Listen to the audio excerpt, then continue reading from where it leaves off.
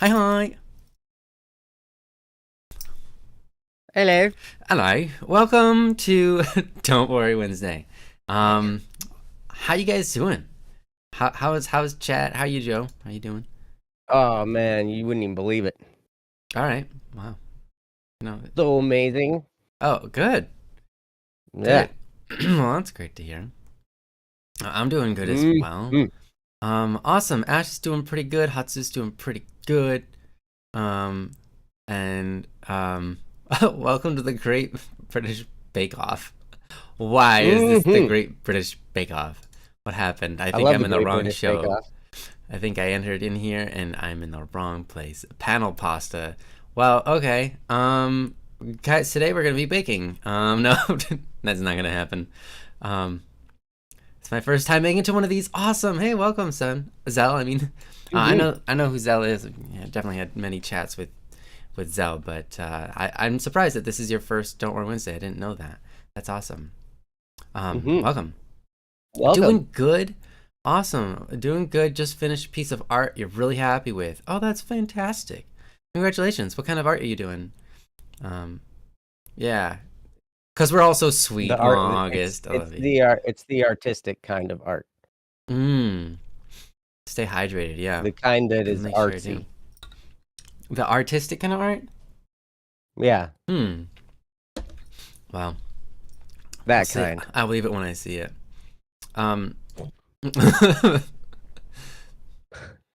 Um, cool. Well, all right. Well, welcome to Don't Worry Wednesday. This is the show where we talk about the stuff that's going on in your life. And in life, we have struggles, we have problems we encounter, and it's really awesome to be able to reflect or to bounce those struggles off of people because it opens up our perspectives and it allows us to confirm or maybe deny some of the thoughts that we had or the way we were thinking about it and help us move forward through them. We can't, we're not psychologists or anything along those lines, but we can try to be friends and basically hear your journey, where you're at, and talk about our experiences in the same kind of field. And a lot of times you guys know what to do, but just getting that extra bit of encouragement can do a lot. So hopefully, one way or another, this show helps you, gives you maybe a better attitude, or just maybe slowly changes your thinking over time to someone you're more happy being. But one way or another, we hope that this show is helpful, and so that's what we intend to do. Um, Hmm. if you want to submit a topic, anything you're going through, maybe you recently had a gray squirrel that recently died, or thanks, Saleh, that was a good. That was, or or you're having issues with your parents and they won't listen to your side of the story, or whatever it is, right? In life, there's so many different things you can run into, and if you've got any issues you want to share, or just talk about, or just want advice for, because you're drawing a blank and you don't know how to continue on to from here, go to don'tworrywednesday.com. Don'tworrywednesday.com. Just submit a topic. Tell it that you're a human. Otherwise, we won't be able to get your post because it's an anti-bot thing. So tell it that you're human, and yeah, Hmm. feel free to submit that topic. Just as Salale posted in the chat. Perfect. Thank you so much, Salale. I'm a Don'tworrywednesday.com. little curious, Ryan. Yeah. I don't know if YouTube is hearing this or not, but there's some kind of interesting thing going on with your audio. Is your cell phone sitting on your audio interface? Mm-mm. No. Is it weird? Is it like? Every once in a while, there's a little bit like it repeats what you say and it goes grrrt in there. It's interesting. That's what I'm hearing. I don't know if anybody else is hearing that. Can can Could can just be chat in the tell me call if? that we're in. Yeah, it could be the call that we're in. If you guys have heard any of that, please let me know. Not hearing that. Don't Hey, hear good. that. Okay, good. That's good. Sweet. I get to hear it then. I'm excited. Mm-hmm. Gonna be, Now I'm it's gonna do it just on me. purpose and trip you up. Now I'm gonna do it on purpose and. So, anyways. Oh, man. Oh, my goodness. Yeah. I didn't notice, but when I but I just woke up, so I'm not noticing too much. Yeah, it's fair. It's Um, so funny. It's like Discord is farting with your voice. Like, it's oof. weird. Discord is taking my voice and making fart sounds with it. Well, Gaslight Joe Wednesday. that's unfortunate It's because li now everybody else it's can't like hear any other Discord fart. Wednesday. Mm-hmm. Discord. Yeah. Discord, I'm hollering at the moon. Something in the something. That song is really, really fun. Thank you, Joe. Sorry. All right. So thanks, guys. I'm Thank you gonna cover everyone for that coming. song now. Everybody else has covered that song. Yeah, do it. Do it. We're gonna move on to a topic here. Um, What'll be great is if you hear it and it picks up, and so everybody hears it coming from me because it's in the Discord call. I see. That would be Uh-huh. actually Anyway, that would be pretty funny. it Okay. would. So let's see. I'm gonna look at this list here and see what we got. So we got a few ones from Anonymized, and who else do we have here? We've got, Zelcat, August, etc. Lots of people. Okay, we have, okay, We have a handful. we have a handful. Let's see here. Hold on.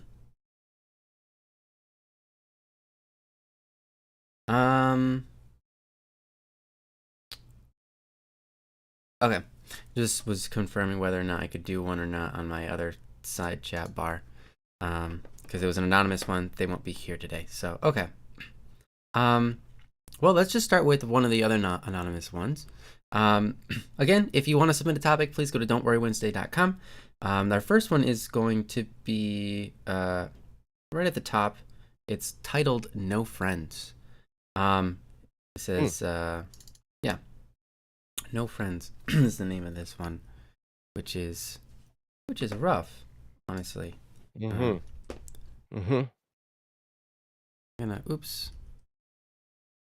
fix my stuff over here real quick. You better fix your stuff. You know what? I'm gonna fix my stuff. You better fix it, man. All right, well, here we go. It's all fixed. I'm gonna put the on the. You can read along if you want. This is from Anonymous. I'm gonna go ahead and read it to you guys. It goes as follows: I have no friends. This sucks. From Anonymous. Yeah, that was short and simple. I mean, that was probably one of the shortest topics I've ever had. It felt silly putting it up on the screen to read it for you, just because of how short it was. But that's awesome because it's straight to the point. So, yeah, having no friends, that sucks. Yeah, that would definitely suck. Friends are really. I mean, we go through this journey not alone, right? In life, we're social creatures to begin with. Even if we're introverted, even if we're like, I don't like being around people, I hate people, we're still social creatures despite all that. It's in our biology. It's in our makeup.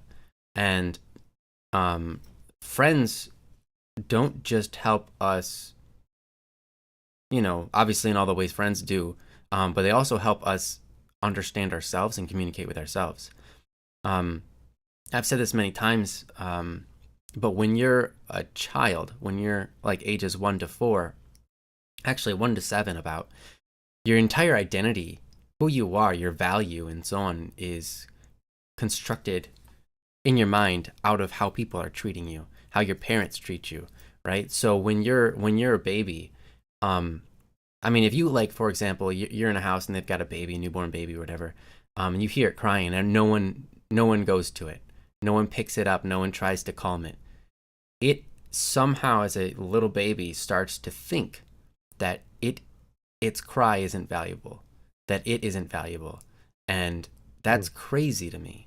And so that's true all the way up into the age of 7 when we have, well, approximately the age of 7. It's not it's not a perfect 7. Like, you turn 7 years old, now everything's different.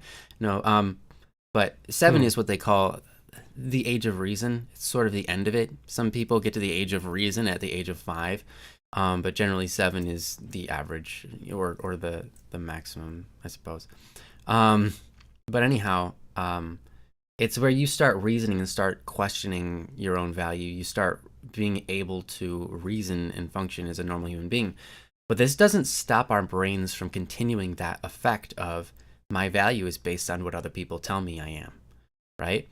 We have to, once we get to the age of reason, we have to recognize and let go of that and say, you know what, that isn't my value. I'm dignified by being myself, and I don't need other people to tell me how good I am. But it's hard to really believe that. It's hard to really truly subscribe to that because it's just in our brains right from the beginning of when we start to even begin to think as an infant, that how we're treated is how valuable we are. And so when you have no friends, it's hard to really not even just find value in yourself, but it's also hard to know who you are as a human being. That's like Hmm. a it's a struggle to understand yourself. It's a struggle to find and understand who you are because you don't have people to bounce things off of or people to compare things to or etc. In a friendly environment, you know. So Hmm. it can be very difficult. Anyways, I just wanted to say all that and say, it sounds really tough. If you truly don't have any friends, and that's a really rough place to be. And I hopefully um, that's understood, um, and we can try to work forward from here because where you're at is obviously not Hmm. where you should stay. So yeah, I'm gonna give it over to Joe and see what he's got to say on the subject. Excuse me. Yeah, anonymous. I am so sorry you feel this way. I know how that feels to feel like you have no friends. Also, let me know if my audio's messing up because yours was messing up for me like every 3 seconds. Oh It's wow. really weird. Yeah. So, Uh, if maybe. during this, just let me know and then I'll restart the Discord call on my end and we'll Okay. uh we'll go from there. Oh, my audio is great. Good. Um, cool. Hopefully it stays that way. So anyway, anonymous. Yeah, it's possible Ryan needs to reinstall Discord. Maybe I need to reinstall Discord. I don't know. I just restarted my computer. Yeah, Ryan's pulling his audio directly from his microphone since he's hosting tonight. So, if I was hosting, it'd be a big old fat mess. Mm-hmm. Well, hopefully it'll get fixed by next week when I get to be the host. But Mm-hmm. anyway, so anonymous, I am so sorry because this is a really really difficult place to be, and it can hurt so bad when you feel like you're not understood by anyone or that nobody cares enough to talk to you, or like maybe sometimes we go into situations in our lives where we withdraw. Sometimes life beats us up to the point where we just go into a cocoon for a while. I've definitely had that happen before. And it's just like, look, I don't want to talk to anybody. And when you're in that moment, it can feel like you're all alone and like you're misunderstood. You think about all the different people that you had been friends with and you're like, man, what the heck happened, da da da da da. And life can just go that way, and sometimes depending on what you're going through, it might be a situation that is so unique and so different from anybody that has been through, that also can make you feel alone and like you're misunderstood. And especially like I've there's been a lot of times when I've been going through something and it's just a crazy unique experience with all kinds of variables that are hard to understand without having been through the years of stuff that I had been through. And so friends of mine, as I'm confiding in them or talking to them about it, they don't have a context for what it is. And so they might jump to a conclusion, and then that just makes you feel less understood. And, or they look at your situation and they're like, well, you're just messed up, which happens. But, yeah, it can just feel so alone at times. And then like Ryan was just talking about, like, how do you then assign value to yourself? How do you think, oh my gosh, like, how could I possibly be valuable if I don't have any friends? And I've thought those same thoughts myself. And, one of the things when things get hard enough, I generally tend to self-isolate. And, so I don't know if that's a type of situation that you're in, Anonymous, where you are isolating. And then once you do it long enough, you forget that you've done that, and you look around and you're like, where are my friends? And like, no, and maybe they'd be happy to hear from you. They'd be happy to talk to you. But, like, you just haven't reached out in so long that, it feels like they're gone. But I can tell you, there are people who love you, Anonymous. There are people that would love to be your friend. Even if you feel like you're alone right now, even if you feel like maybe the world at the moment, and I don't know why. Well, Because my internet connection seems to be okay. I'm gonna look the YouTube. YouTube is still streaming. Actually, shows you just fine. says it's just fine. It shows you just fine, and everything on my end Oh, is it's fine. back now? Oh, it's back. Okay. Okay, sorry about that. And It's not back for me. There we go. Okay, there we go. Okay. okay, sorry, guys. Hey, Wait, is my welcome audio back. still weird to you, Joe? Like doing Yes, that weird? sir. Yeah. All right. Yes, sir. That's I'm great. gonna quickly. It's an entertaining. It's an Yeah. entertaining thing. All right. I think it's probably just my internet is being all funky. And so Funky internets. funky. You need to hardwire your internet. Yeah, I don't think that's gonna change anything. I think it's just gonna be Yes. funky. But yes, Saule's advice is good advice. Refresh your YouTube, and then you might have to hit where it says live down there to get to the place where it's live. But that is definitely a possibility. But anyway, cool. I'm glad it's back, and I'm glad we're here. But Anonymous, my heart goes out to you. And it's interesting when it feels like the world is against you. And this is what I was getting at, as I was going on my little tirade, is, like when you feel like the world doesn't like you, like everybody around you, there are beliefs about you that are wrong, and who knows what's going on. And maybe you have just a few people that you can cling to, but even then, when everybody else is against you, it can feel like even those friends, you start to question. You start to call into question, is this person really legit my friend? Or like, are they just faking it? Or are they just using me for some other end? And you start to get in your mind all these potential nefarious ideas about your friends, and it can cause you to distance yourself. Now, I'm not saying you're doing this, Anonymous. I am not saying that this is your fault by any stretch of the imagination. I just know me, and I know that there have been times when I've isolated and felt like, okay, now nobody understands me, and what's even the point? And this is really hard, and it can be so hard. And then sometimes all it takes is maybe to reach out to someone. Maybe even reach out to someone totally new. And you understand, hey, maybe I can be a good person, and a new friend can accept me at face value, and that can build you up just enough to reconnect with those other friends. And then you realize those friends never really left you. They might have been concerned about you. They might have just been giving you space that, what, who knows?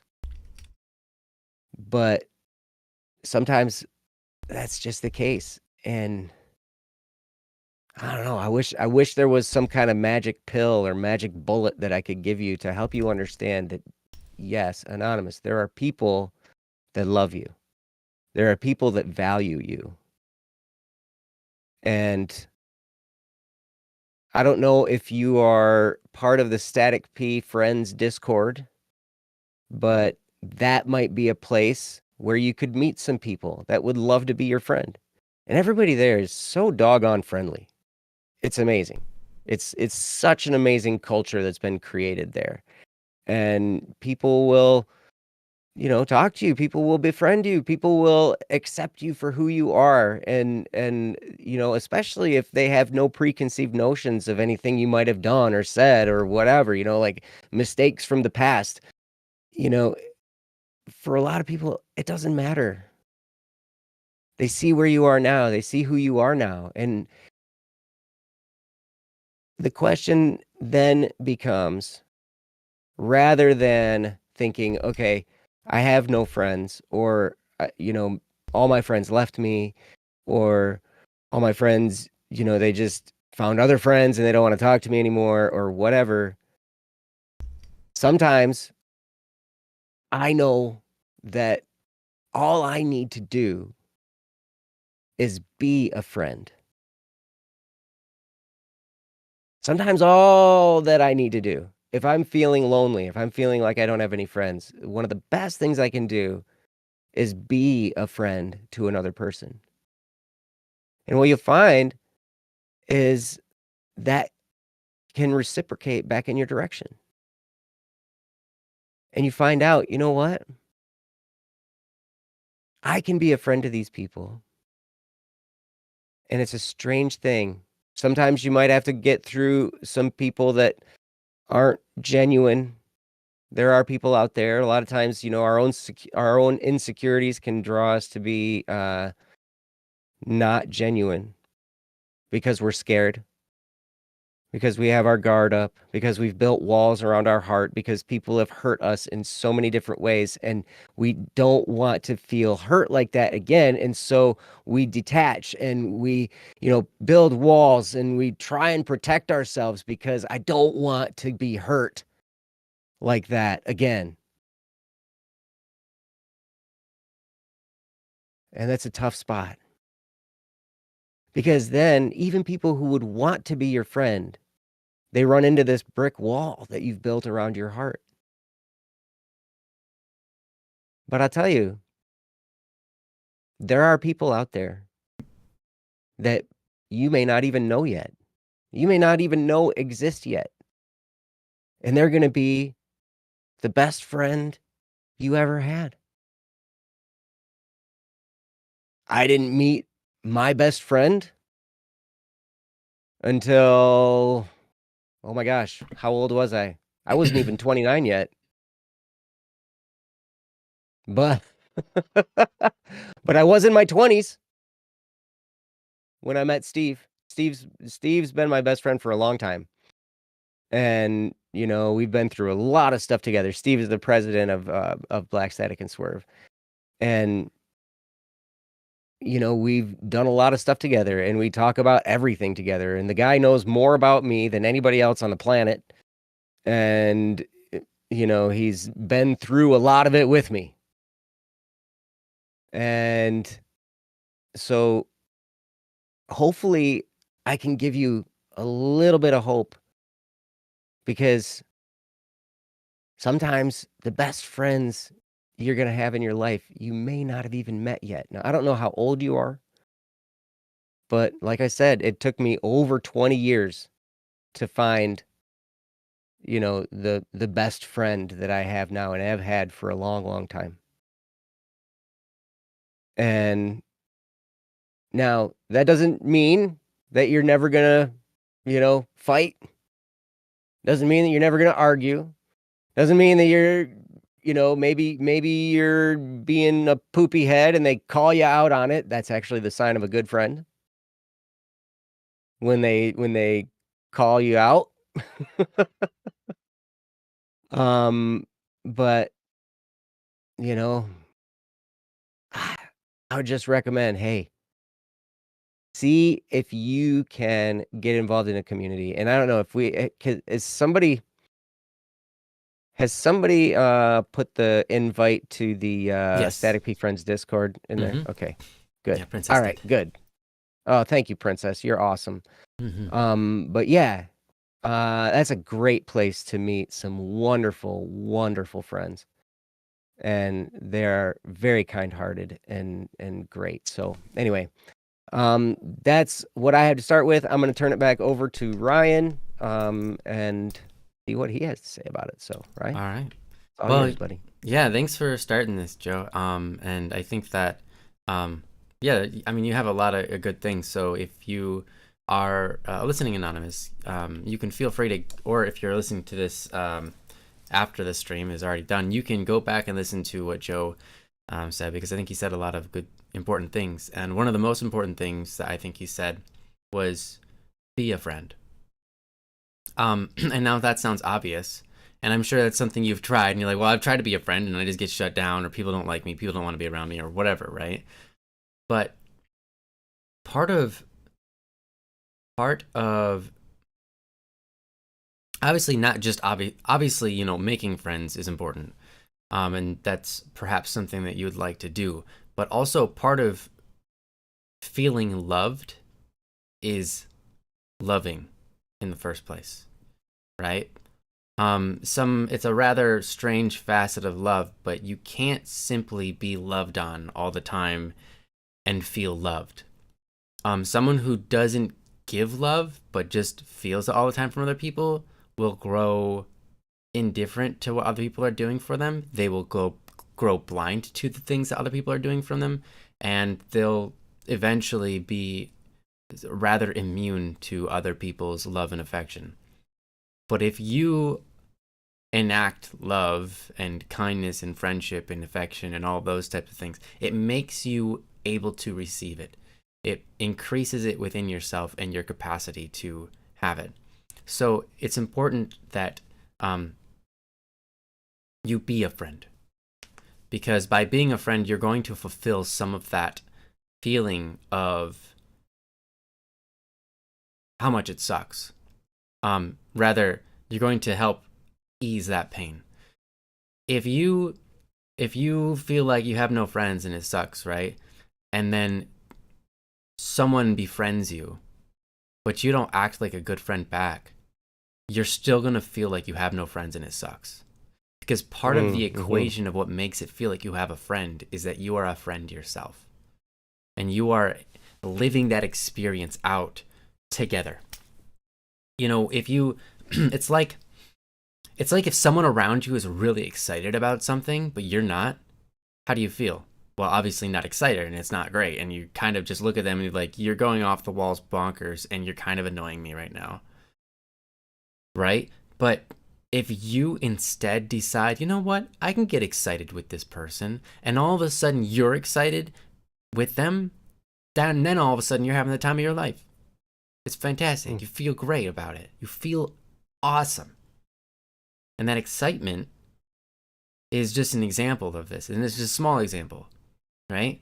So you have to make sure, and I'm not saying you haven't been, by the way, Anonymous, but I'm just touching on what Joe said because it is really important for everybody here. You have to share your love in order to feel the love. You have to share in people's excitement in order to feel alive and like that friendship is real and alive. You have to be able to get on their level in order to feel that relationship bloom. And so sometimes you're gonna have to get on their level, meet them where they're at. And that's an important part of relationships, an important part of friendships of every kind, basically, every kind of relationship. If people are like up here and you don't want to meet them up here, you just want to stay down here, like, now I'm not having a good day. and they're having an awesome day, and you decide, you know what, I'm not going to meet them on their awesome day. I'm just going to have a bad day because I'm having a bad day. Well, unfortunately, your relationship's going to suffer because you're refusing to encounter the relationship. You're on different levels and you're refusing to meet somewhere.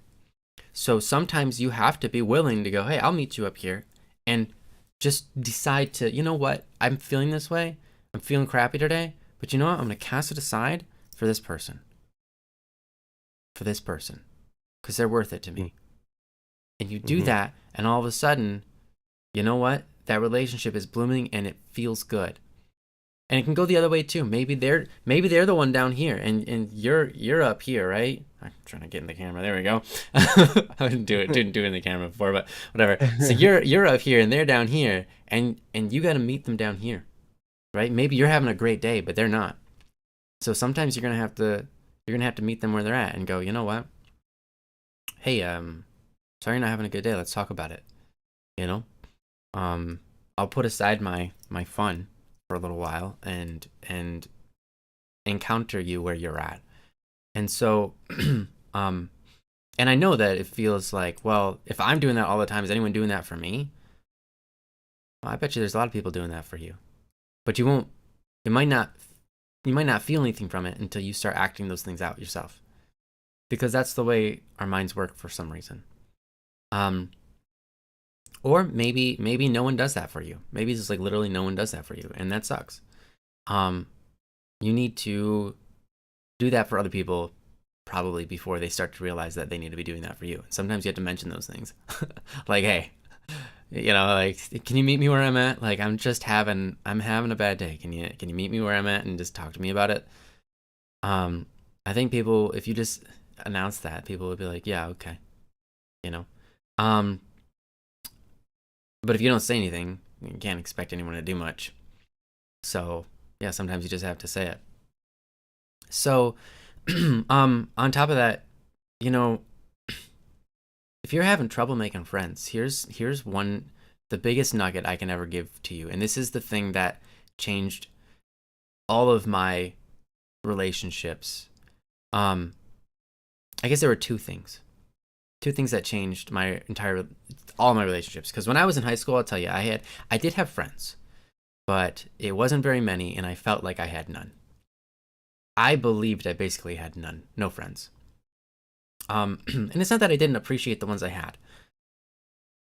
It's that I just felt like everybody hated me. And so it wasn't a good place, right? And that's how I was towards the end of elementary, all throughout middle school, and then most of high school, right? And so it was not a good place to be, and it felt sucky, and I just thought that I was a loser and no one would ever like me, and that's where I was, and I hated it. And I learned two lessons that were pretty important. One of the lessons was this. I learned this, and then I turned it into a quote, and I'll say it to you, and it's, the thing that matters most is not what you look like to others, but what others look like to themselves when you're around them. I'm going to say that again. The thing that matters most, when you're dealing with people, right? The things that matters most is not what you look like to them. What you look like them doesn't barely matter at all. What matters is what they look like to themselves when you're around them. Because that's just the truth. When someone makes you feel good about yourself, when you are around certain people, and it's like, I feel good about myself being around these people. I feel good. I feel good about who I am when I'm next to these people. Maybe you had a teacher in the past that made you feel that way. Or maybe one of your parents, or maybe you used to have a friend that was like that, right? Where when you were around them, you just felt like who you were was good. And if you can be that for other people, they will come flocking to you. Because here's the thing. When someone feels good about themselves, they want to be in that environment more. And if that environment is you, they're going to want to be around you a lot. Because it feels good to be loved. And it feels good to love yourself. And that one's really hard, but it feels really good to love yourself. And you can help people love themselves because people will come to you for a reflection of themselves. I mean, we just talked about that. Joe talked about that. Chad has talked about that, and I talked about that in the beginning. And if you're, I hope you're reading the chat. I mean, there's a lot of good things that people are saying here. And so thank you guys in the chat. Thank you everyone in the chat who's been adding to the discussion. I think that's really helpful, and I appreciate it. You have a lot of great things to say, so keep it up. But if you can make people feel good about who they are, that's number one. Like, if you want to make friends, it's not hard. It is, okay, it's hard in that you have to get outside your comfort zone. You have to do things that you're not comfortable with. You have to do things that will put you on the spot and you think are going to be awkward. You have to do things that you're going to be afraid to do because you're afraid of how people see you. Right? And so people are going to look at you when you do these things. And you have to not be afraid, because it's more important to make friends than to be afraid all your life, right? And so you have to go out there and you have to say, hey, I like your shoes. Where did you buy them? You have to say, hey, I really like the way your pants have that cool pattern on them. And I mean that in all sincerity, right? You have to be able to say, hey, to someone and say, I think that you're an incredibly strong person.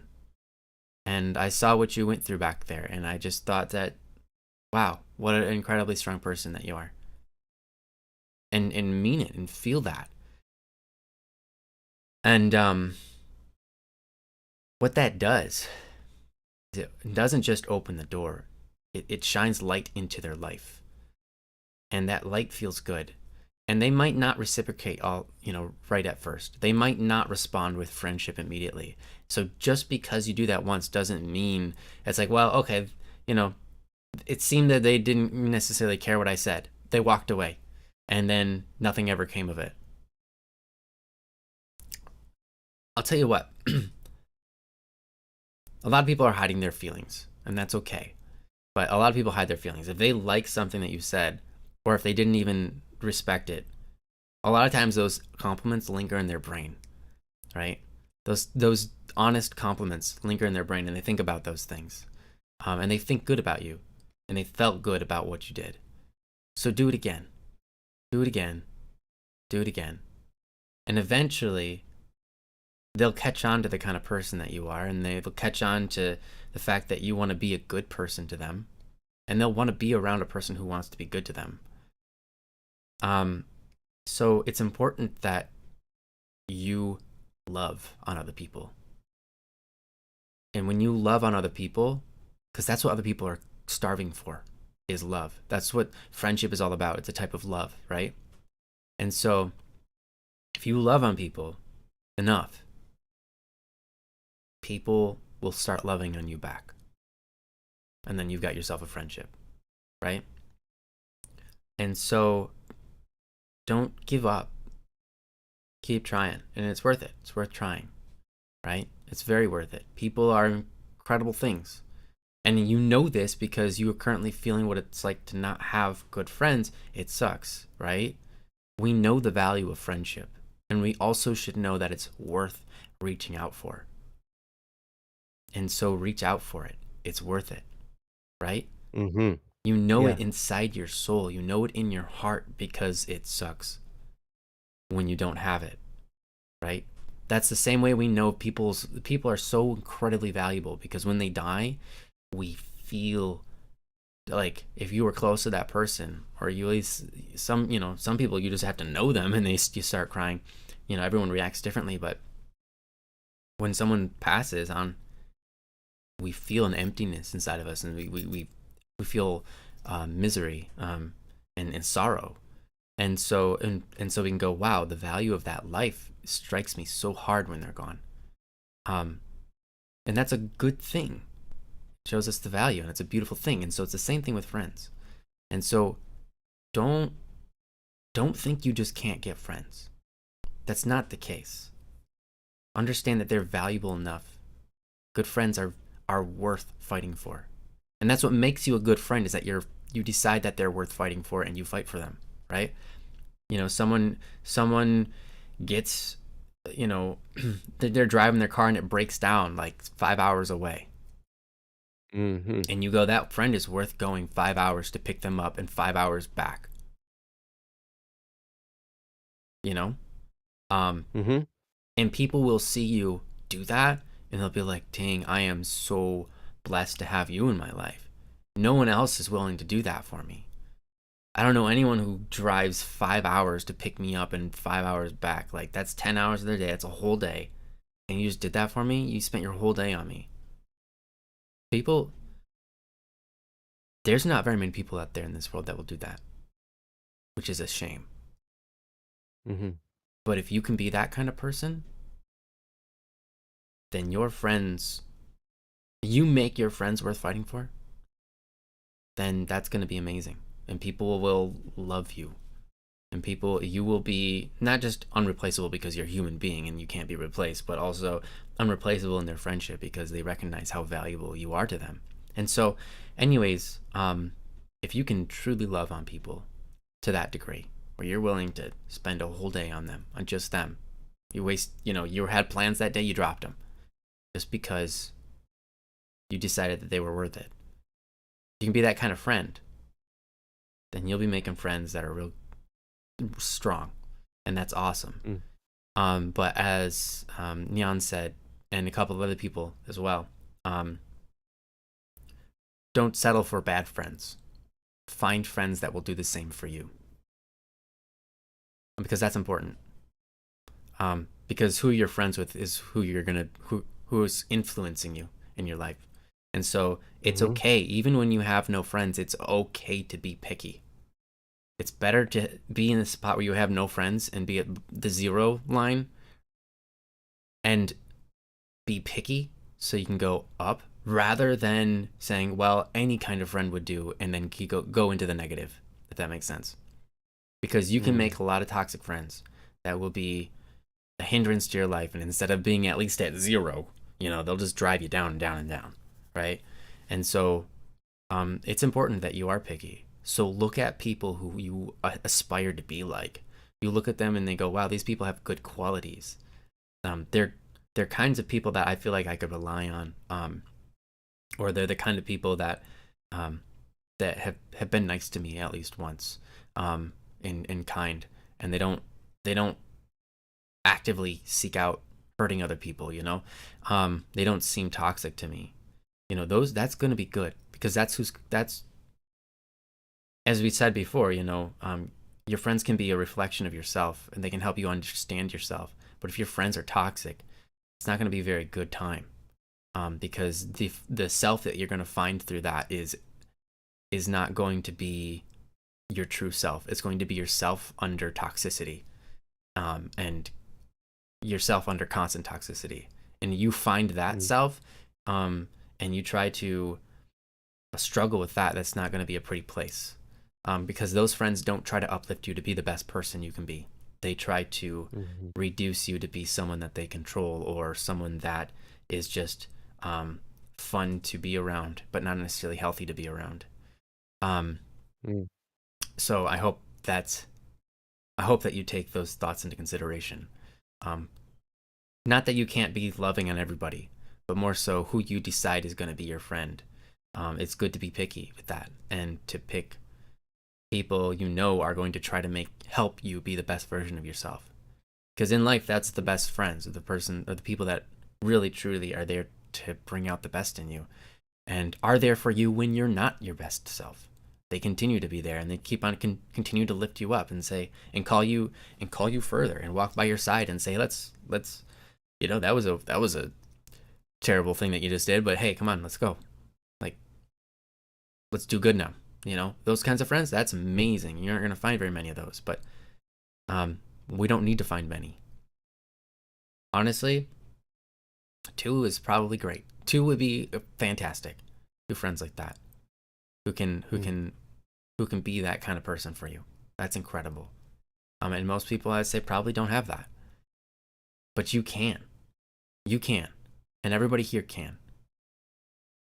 But it's just you know, keep putting your lure out there and waiting for the fish to catch and bite. But you can't put your lure out there without any worms to bite. You gotta put some love into it. And so, anyways, with that, I'm done. I'm gonna give it back over to Joe and see if he's got anything he wants to add.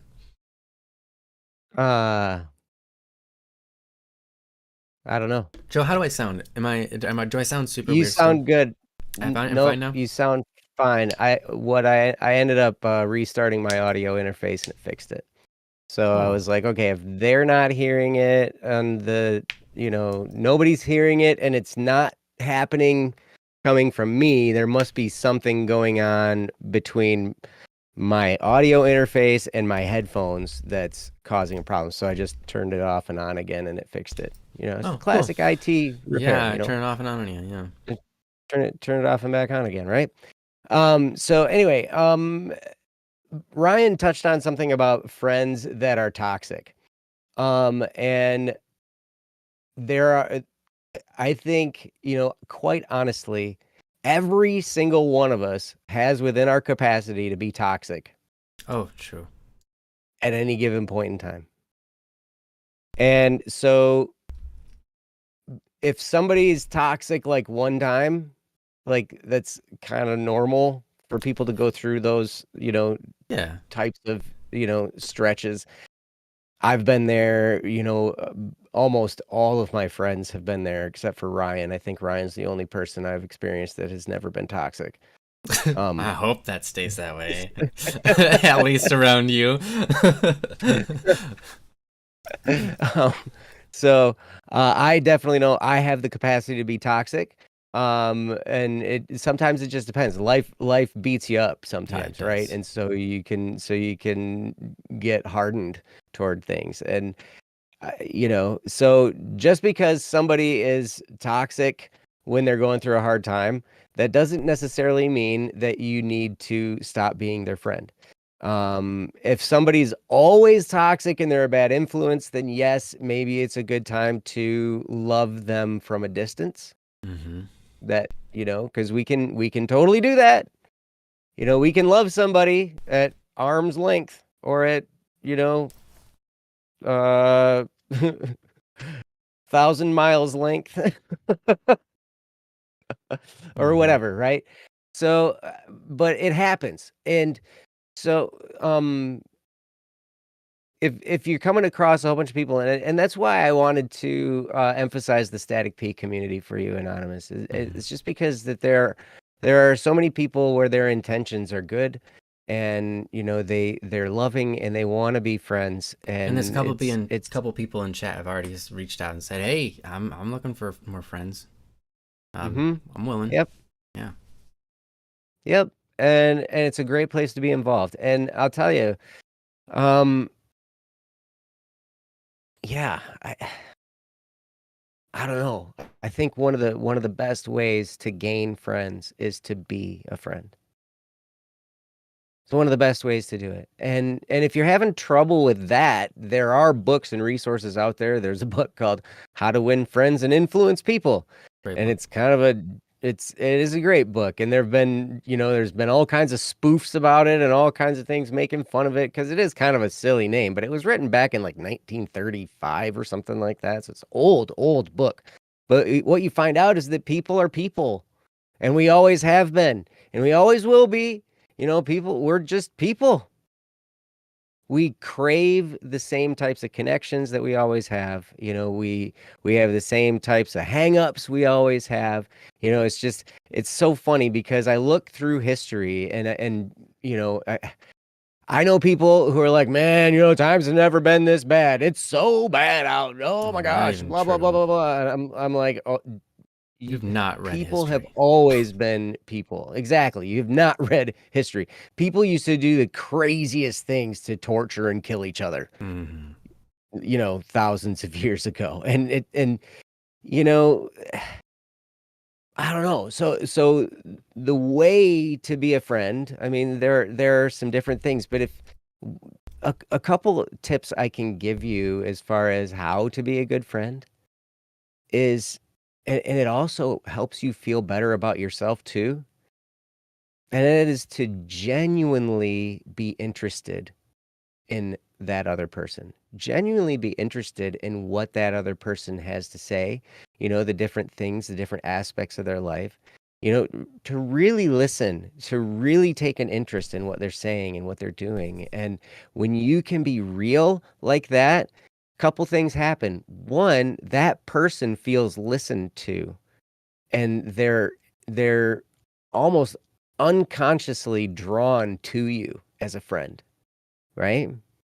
So as you listen, as you take a genuine interest, now it has to be real because people can spot a phony. We all can. We all know when we're being buttered up. We all know when somebody's faking it. We all can tell. So it's got to be real. But when it's real and when you are taking a genuine interest in that other person, one thing that's happening is you're taking your mind off of yourself.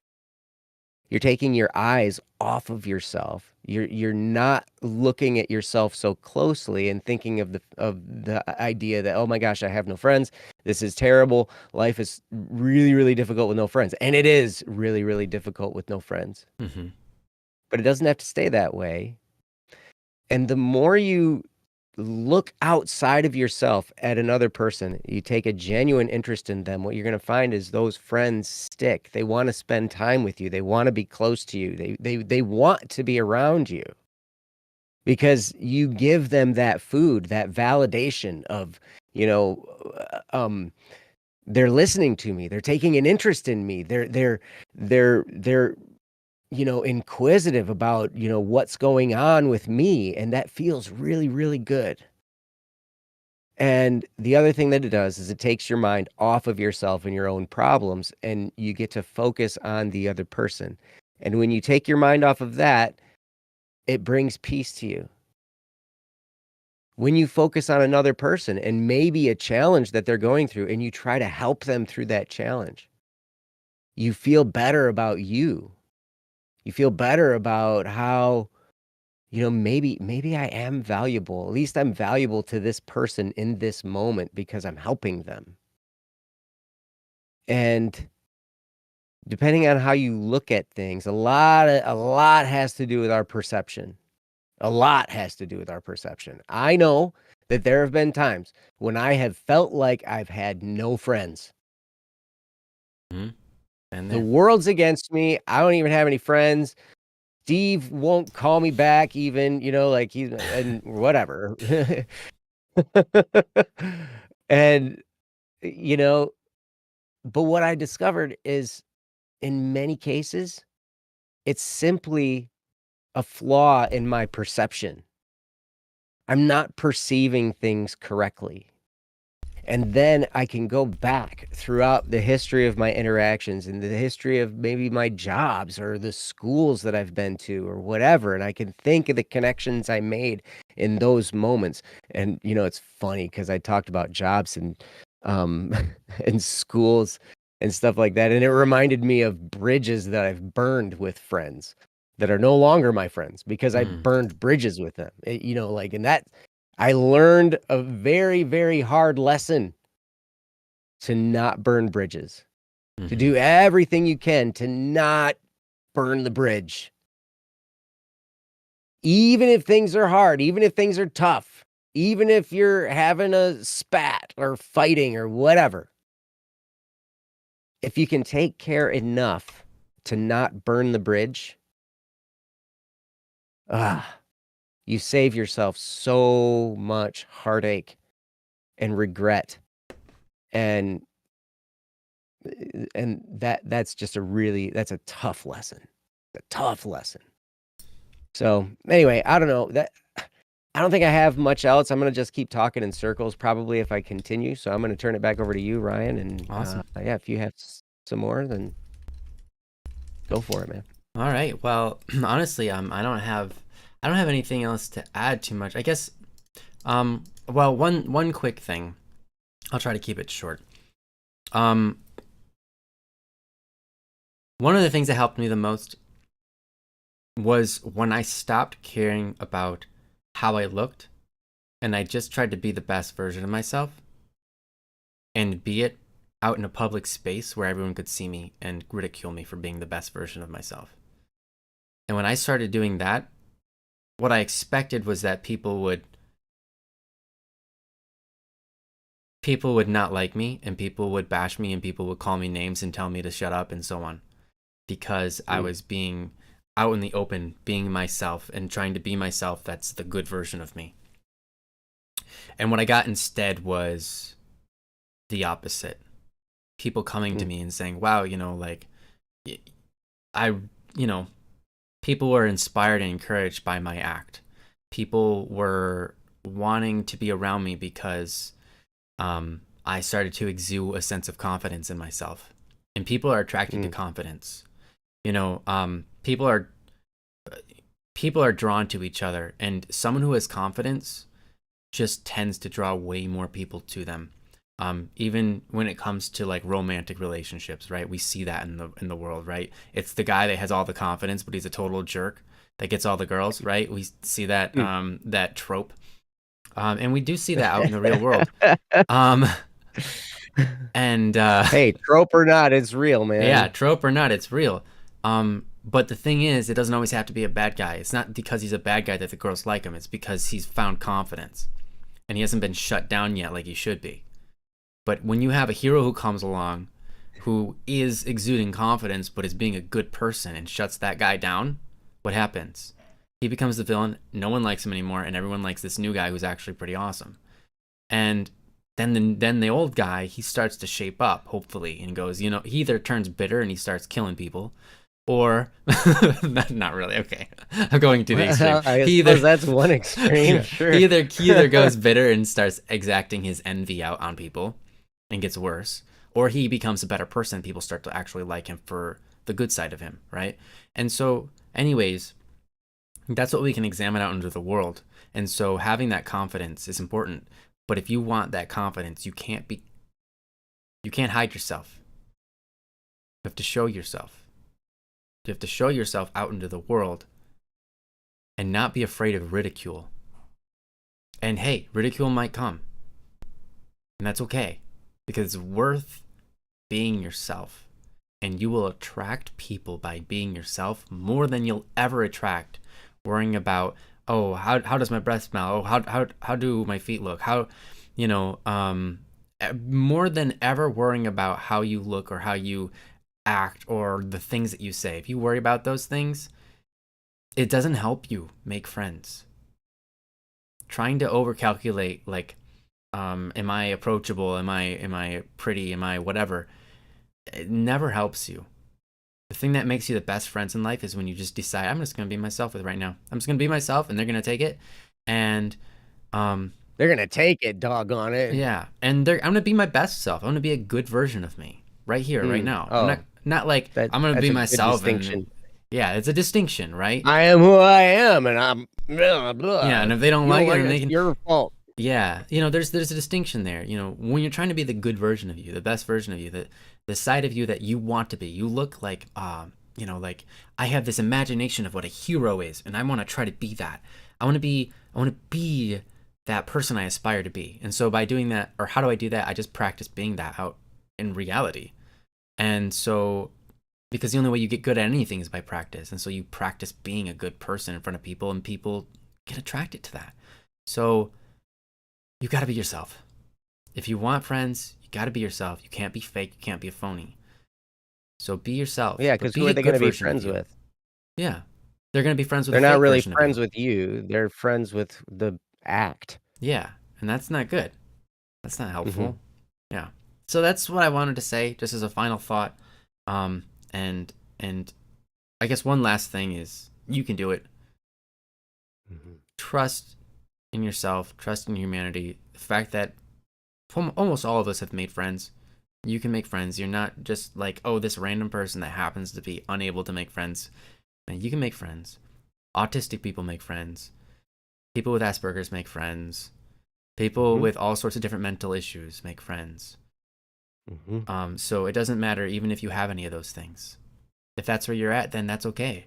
you'll still be able to make friends. And so I encourage you to get out there and be yourself, but be a good version of yourself and love on people and see where that takes you. I can tell you that you'll feel a whole lot less lonely if you can love on other people. I noticed that that's definitely true for me. So yeah, that's something I had to learn. So anyways, thank you so much, Anonymous. We appreciate you giving us this topic, and we hope that it was helpful, and we hope that you don't feel like we just grilled down on you and said everything that you're doing is wrong, because I'm sure you're doing a lot and you're trying hard. But we just are giving tips from our lives and the things that we struggled with and learned. And so it's not like we're trying to tell you, oh, this is the 5-step pattern to making friends. No, we can't say that, because every human being is a different person. But we can just give you our personal experiences and the things that we had to learn. So we're not grilling you. We're just giving you some thoughts and really grilling ourselves and our past selves and like what we learned. So if anything. So you can do it. Get out there and be yourself and do awesome. So thank you so much for the topic. Great. All right. Well, we have one. Great. Princess, thank you so much. Just process the topic for us. And I'm glad she did, because this topic is from Jess. And Jess, are you still here? Jess, I think I saw you in the chat. Jess, who just submitted a topic in the last hour. Jess, or maybe it was Jessica. There you go. Perfect. You are here. Perfect. Awesome. Fantastic. So we're gonna go ahead and do this topic, if you don't mind. I mean, we have it marked as a, let's do this one. I think it might be slightly urgent, but so here we go. I'm gonna go ahead and pull that topic up on the screen and then read it aloud, and you guys can feel free to follow along or just listen if that's what you prefer. This is from Jessica. Both. You do both. Thank you. I'm gonna follow along and read along, and I'm going to move my mouth with yours. Oh gosh, that's gonna be confusing. I won't look at you then. Is it gonna be weird? Yeah, don't watch. All right, I'm not gonna watch you, man. That's gonna be hard. Excuse me. All right. Okay. It reads as follows. Moved to a new area and stressed about money and life ahead of me. So I just moved to the Seattle area from Oregon. And I had to quit my previous job, which I actually really liked and it was one of a kind. Okay, awesome. I recently got hired to work for an hardware store, which has put me back into a stressed, depressed state of mind. I'm having issues of keeping the job and being able to travel to where I need to go. So I would like to ask, how did you manage moving to a new area being the first time on your own without family around? And how did you manage the stress? Thank you. I'm gonna say again because I fumbled. It does say, so I would like to ask, how did you manage moving to a new area being the first time on your own without family around? Also, how did you manage the stress? Thank you. So thank you so much, Jess. We appreciate that you would share your topic with us and share what you're going through. Yeah, hopefully everything is okay. I heard a bunch of crashing sound like dishes, so I don't know what happened, but... You did? Yeah. Oh. Did you hear it? Nope.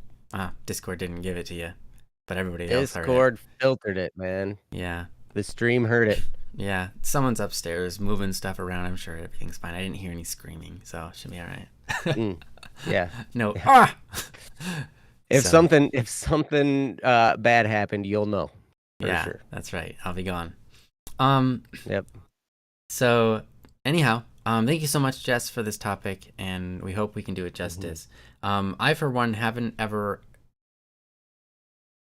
I guess there was a brief moment in time where I was out on my own, but for the most part, I've been with family.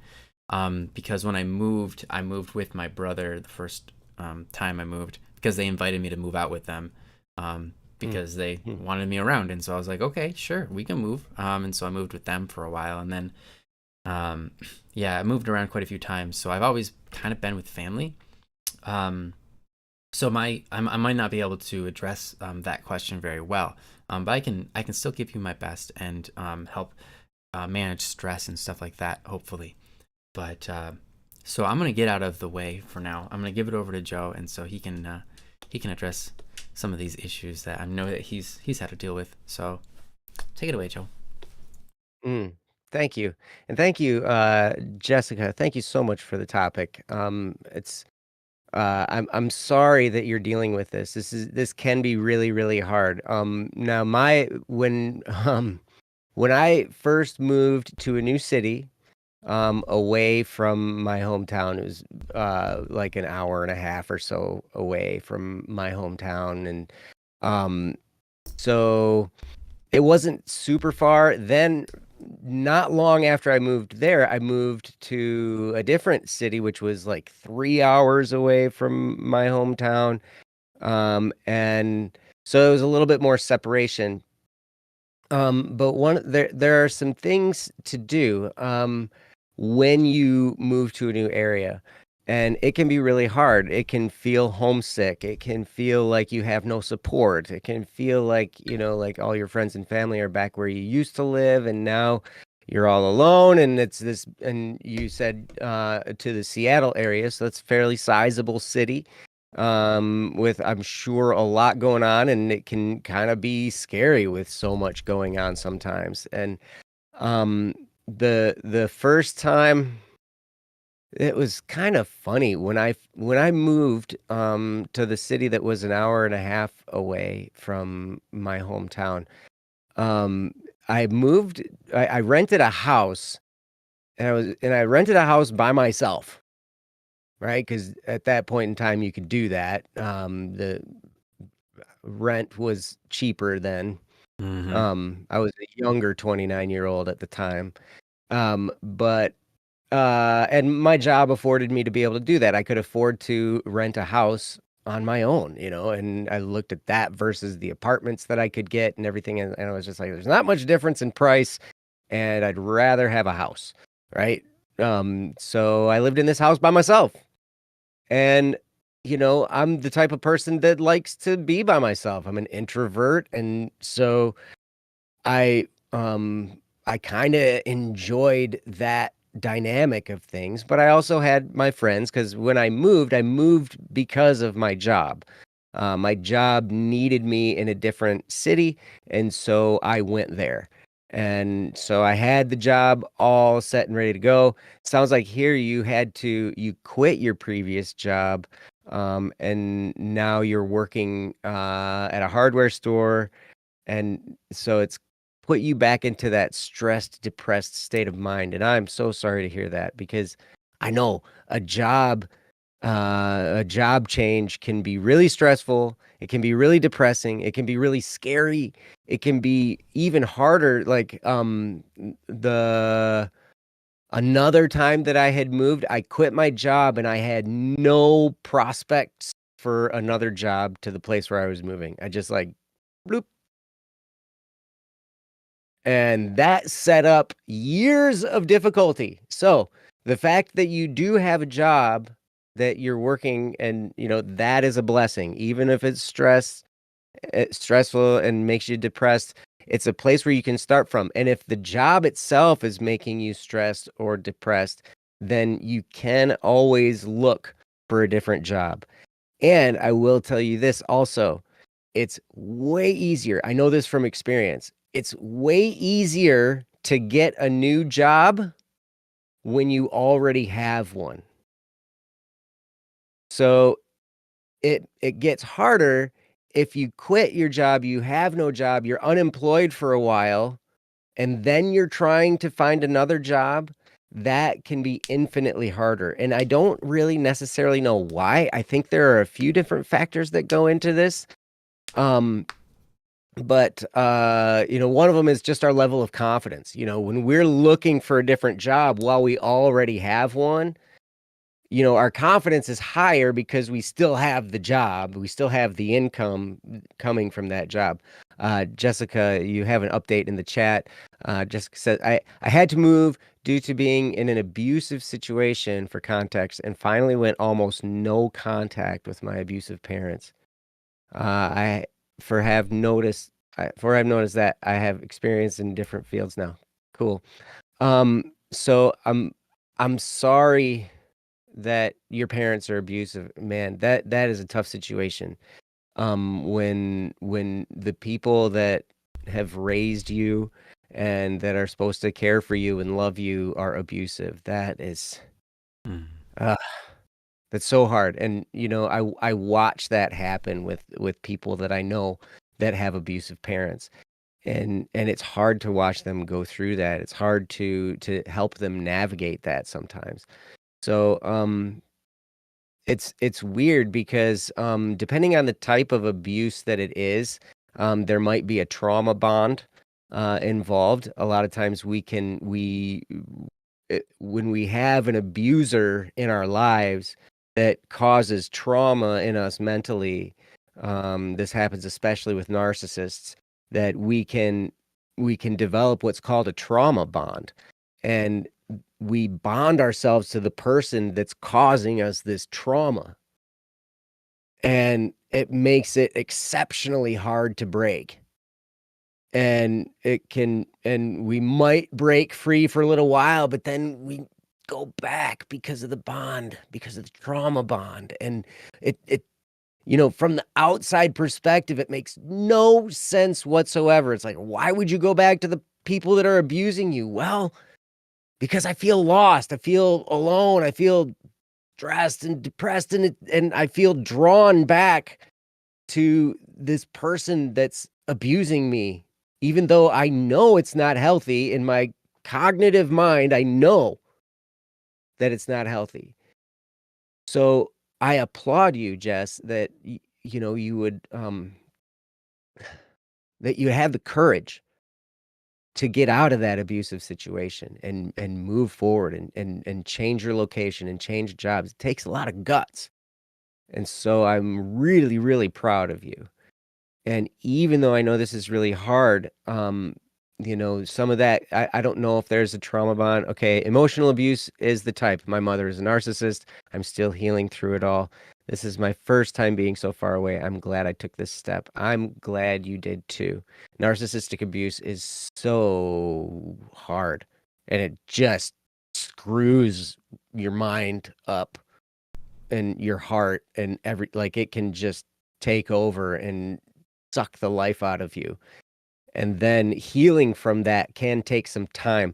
I would encourage you to see if you can find some kind of a therapist to talk to, whether it's a licensed public counselor, a psychologist, or a psychiatrist. I don't know what your health insurance situation looks like. I don't know any of that stuff. So I don't know what it would cost you to seek a professional. But with this set of events, I would highly recommend finding some kind of a therapist, and especially one that knows about narcissism, and that can help walk you through that. And you're always welcome. If you want to message me on Discord, um, I would love to talk to you. I was in a relationship with a narcissist for when you look at from start to finish, it was about 20 years. And it uh, you're it'll mess with your life in ridiculous ways and just everything. It's so crazy. Okay, I've talked to a therapist for the past 2 years about recently had to drop them though because of my move and still getting in the process of getting another health insurance. Okay, cool. And that'll be a process, but I'm glad. I'm glad that you have gotten some help, and I hope that you can continue to get some help. And again, my Discord is pleb6992 on Discord. Feel free to direct message me. I would love to talk to you about this. I bet you we could share some stories, and we might be able to understand each other at a pretty deep level with all that stuff. So, anyway, So what about the stressed and depressed part from being in this new area? I mean, it can be scary. I'll tell you this. My mindset when I moved, I hated my hometown. I hated living there. I hated that I grew up there. I hated everything about it, and now I'm back, which is just fantastic, right? Um, so, oh wow, you guys are awesome. Thank you for putting my name up there. Um, so anyway, I was excited to move away because I wanted that change of scenery. And I grew up, okay, so if you know Michigan at all, I grew up in the Lansing area of Michigan, so it's like kind of right in the middle of the state. And then my first move was to Kalamazoo. And Kalamazoo is a cool city.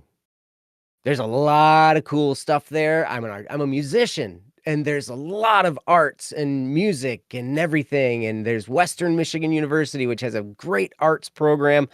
I wasn't moving there to go to school, but like I said, I moved because of my job. But I was so excited to live in a new place. And when I knew it was Kalamazoo, I was like, oh, this is great, because there's so much more culture and there's so much more diversity and there's arts and it's like halfway to Chicago. And so, I could get to Chicago if I wanted an even bigger city to go to. And, it was great. And so my mindset was one of excitement. And the house I moved into was in a really not good part of town, and I had no idea. That's great. I had They didn't no tell you that idea when you until moved I in. went to work. And they're like, so where'd you move to? Where are you staying? And I'm like, oh, I rented this house over here on this road. And they're like, uh, you did? First of all, it was like a big main road. Like there, it's like traffic was insane, you know? And so like the traffic noise was insane in my house all the time and everything. But it's it's nuts because I was there for only like 4 months and the same company, they're like, oops, we need you to move to a different location if you're willing. We just moved you. I understand that and blah, blah, blah, blah, blah, blah, blah.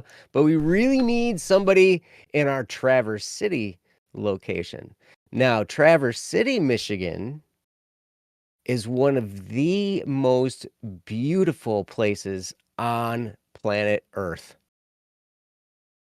Beaches, like Lake Michigan is so beautiful. It's my favorite of the Great Lakes. There's just like the sand at on the beaches up there. There's a national lake shore called Sleeping Bear Dunes, and the Oh, sand that's is really cool. so soft. Yeah. So soft. And you just walk in and it's just gorgeous. And you could find places, I'm an introvert, like I said, so I like being by myself. I had this conversation with one of my kids' teachers just yesterday, as a matter of fact. We were talking, my mom was there too, and we were talking to one of these teachers, and my mom's a social butterfly, so she talks to everybody, right? And I just sit there in the background. And we were talking about that dynamic and like, oh yeah, it's always frustrating for Joe, because when he was growing up and, if we were going, it was time to leave and he'd always want to be leaving, but I'd have like 17 more conversations to have before we left. And I'd be like sitting there going like, yeah, like, why are you talking to all these people? Like I have so much more better things I could be doing, like sitting by myself, doing nothing. Yeah. Which would be better than this, right? So, but anyway, so when I moved, I allowed myself to get encompassed by the wonder of the places that I was going to.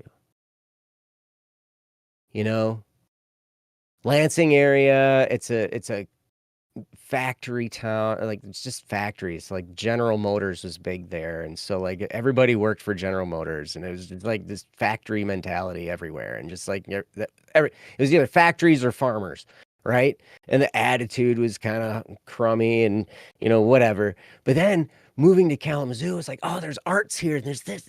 It's like vibrant communities and stuff, and different people in a different place, and there's hills instead of just flat land everywhere, right? Like, and then Traverse City was even more hilly, and I was like, oh, this is great. So the new environment, while it can be scary, it can also be exciting. And I don't know much about Seattle, but I know that there are things to discover, and I'm sure that you could find some. I don't know how many people you've met at your new job at the hardware store, but maybe somebody could point you in a direction of some cool things to do in that area. And so if you can allow yourself to wonder at the place where you've moved to, that can help. It can help take some of the stress off. Maybe, and if you're like me, when I moved to Traverse City, it was so wonderful because, like I talked about the beaches and everything, you could find beaches that were super crowded and had lots of people and parties and all kinds of stuff going on and barbecues and stuff like that. You could find beaches like that. Or you could find beaches where there was not anybody else around for miles and you could just sit there in the sand by yourself and listen to the waves and let the sun, warm your face and let the wind off the lake freeze you to the bone. It's an interesting feeling. But I'm sure there's stuff there that you could discover. And if you can get your mind pointed in the direction of discovery, that can maybe be helpful. Now, as far as healing from the abuse, that's a whole nother situation. And maybe some of the stress and depression is coming from this healing process that you're having to go through because of this abuse that you've sustained. And I definitely know that can be such a roller coaster, and it can be exhausting, and it can be hard on the people around you as well because they have to deal with you while you're going through this. Sorry, Ryan. Sorry, Princess. Sorry, various others. My apologies. But at any rate, I think I don't know what else to say other than continue on the path of healing. And I'm on that path too. And I don't know how long it takes because I'm not done. And it might be different for each one of us, depending on our personality and our makeup and how long it's lasted and, the extremes of it and everything like that. It can be really hard. But if you can find some things to discover and to awaken the wonder in your mind, that can be really helpful. So with that, I'm going to turn it over to Ryan. I've talked for a long time and I apologize. But yeah, hopefully that's Awesome. helpful. And Ryan, take it away. Yeah, I'm gonna do my best. I don't think I have a whole lot to touch on. Joe, you said a lot of really great stuff, and so, you know, I think that it's great that you've encountered and done the things in your life that you've done because it helps you to understand people on all these different levels. And so, Jessica, I would keep that also open to you as you go through life. Keep note of things and try to gain wisdom from things. One of the greatest stress relievers in my life, actually the greatest stress reliever in my life, is when I take a step back and reflect on what's currently going on or what just happened, what I just got out of, right? And I reflect on that and I think about what's the meaning of this? What can I take away from this? What am I learning? How can I adjust my behavior and things like that, right? When I start to look at it and try to find nuggets of wisdom out of what I went through or what I'm currently going through, what I'm currently doing, when I take moments to try to solve some of those deep questions that don't get answered by themselves, they get answered when you decide to answer them, you know? And if I take the time to answer those in my brain, and sometimes it's reflecting with friends, and sometimes it's me off on my own. But to me, one of the greatest stress relievers in life has been that has been has been taking up the opportunity to sort of solve some of my, personal dilemmas or life's greater questions, and to reflect on those things. And like I said, that doesn't happen unless you decide to make that happen. If you go through your whole life and you don't do that, if you don't make time to really debate those things or come to conclusions on things, you aren't ever going to get those conclusions. You're just going to keep on going. And so I'm sure, Jess, you already do those things. You've seen a therapist, and I'm sure they help you to work through things. They ask you questions, and you start to ask yourself those questions, bigger, deeper questions about your life and how things have gone so far, and to rewrite sort of your perspective on it all. So I feel like that is a great form of stress relief. So I second Joe's thought as perhaps go find yourself another therapist if you can. I know obviously you're waiting on your insurance and getting all that together. So I'm just encouraging you to continue doing what you're already doing. Another thing that I find is as a great stress reliever, I guess there's two things. One is learning not to worry about what I can't control and not worrying about controlling. I have to imagine, if your parent has some form of, what is it? Narcissistic tendencies, whatever. That, their minds are highly governed by the nature of control. They want to control their environment. They want to control the people around them. And they do that in various different ways. And so I have to imagine being a child of someone who does that. It might be something that rubbed off onto the child from the parent.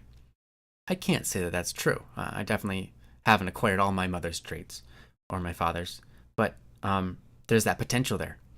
And so one thing that I noticed in myself is if I can let go of the desire for absolute control.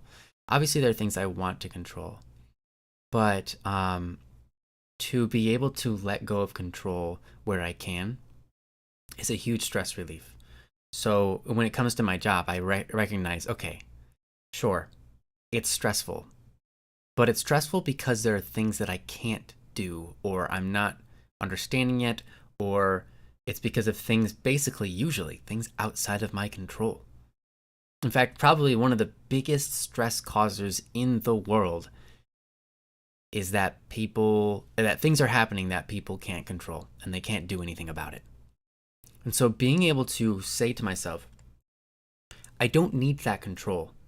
Like, to be able to say, like, that control, giving it up doesn't take anything away from me.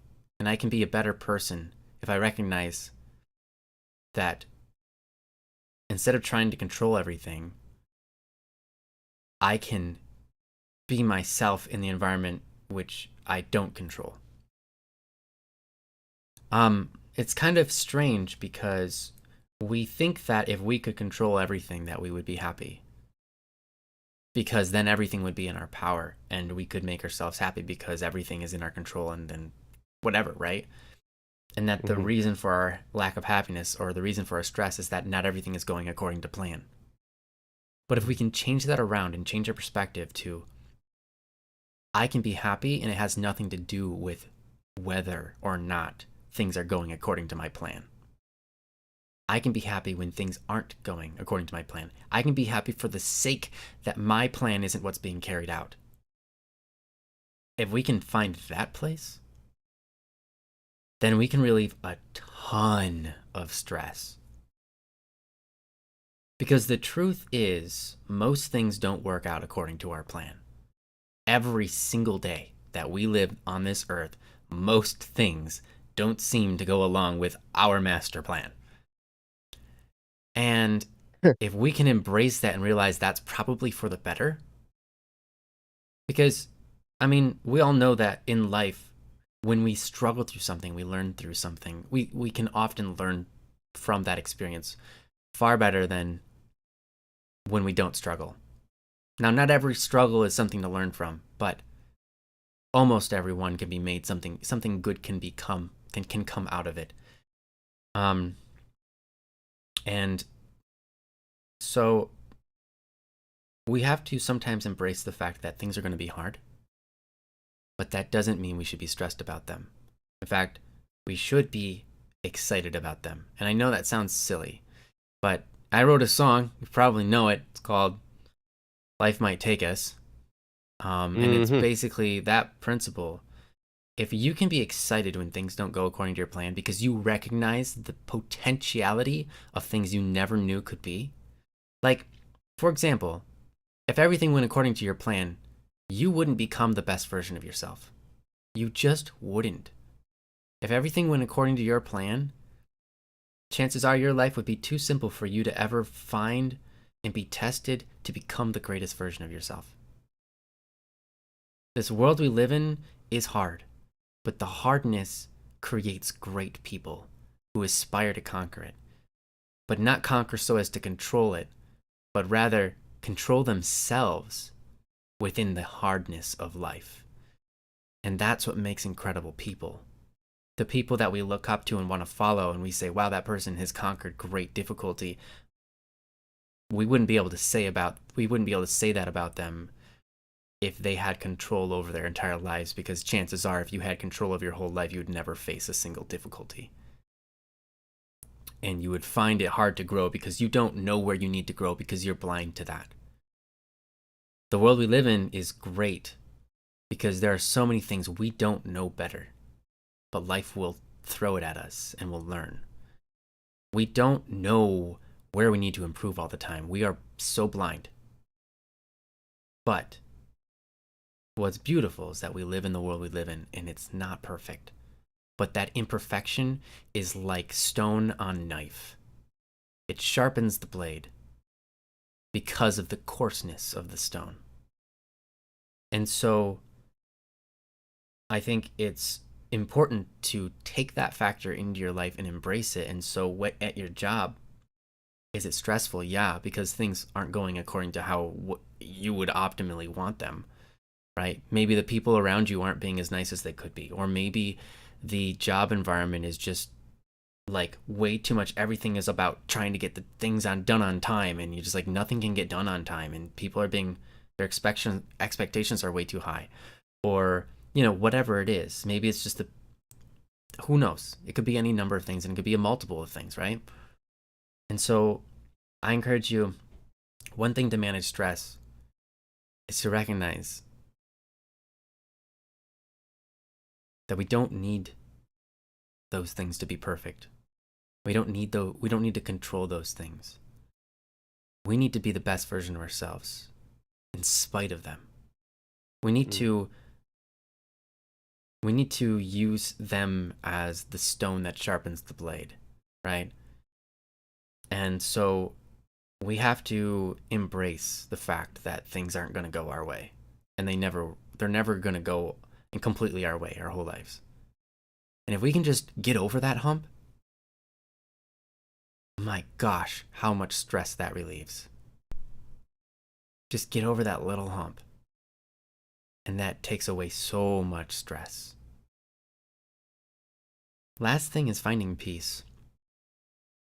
Peace is a hard thing, but it's what everyone searches for, and rarely people find it.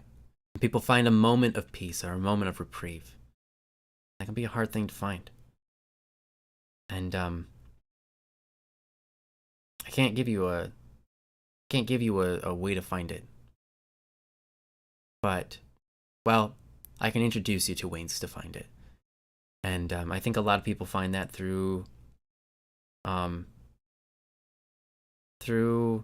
love, but healthy relationships. They find that peace. through religious relationships, spiritual things, you can be at peace when the world is on fire around you. And when your world is on fire around you, you can still be at peace. But that takes practice, and it takes entering that peaceful moment a lot, so you can take that peaceful moment with you. So wherever you find that peace, practice it, and then practice it out into the real world. And remember that peace wherever you find it. Maybe it's in your spirituality, maybe it's in your relationships, or somewhere else entirely. But practice that peace. Don't let go of it when you go back into the world. Take it with you. I feel like that's a great way to manage yourself, your manage your emotions, manage your attitude, and manage your stress levels.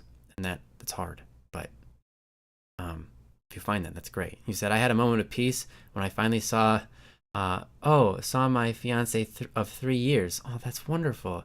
It's just coming back to this world of the USA. That's awesome. Well, that's great. And I then hope that you can continue to find those moments of peace and learn how to take that peace with you as you go through your journeys. But anyways, that's what I got. Joe, do you have anything you want to follow up with? No. Cool. Perfect. That leaves us one. I think I said everything I had to say, and except thank you. Thank you for sharing Thank this you so much, situation with us. Yeah. We sincerely hope that it does, that something we've said has inspired you at least to basically continue on your way, and continue doing the great things that you're already doing, and keep it up. And hopefully, that stress will die down, and your experience in this new place will be wonderful. And by that I mean fill it with wonder, as Joe said. I think that's a huge. Our brain is compelled and inspired and gives us motivation by the concept of wonder. When we can wonder about something, like, I wonder what happens if I do this, and then you do it, right? And so definitely inspire wonder within yourself, like Joe was saying. And I think that goes a long way when it comes to adapting to your new environment. For sure. Yeah. So thank you so much, Jess. Yeah, you're welcome, and we wish you the very best. We love you, and feel free to reach out. I know Joe can definitely relate to you on many things, so I'm sure that he would love to talk to you. So if you want to do that, feel free. No pressure. You don't have to. Cell? We're already friends on Discord. Well, boom. All right. So, Cell has a topic. We have some time left, so I think that we should do it. Yes. So thank you once again, Jess, and let's move on to Cell. Cell, got a topic this from one you. Came in on my 29th birthday. Oh my gosh. Congratulations. This is your birthday present. You ready for it? I'm ready for it. All right.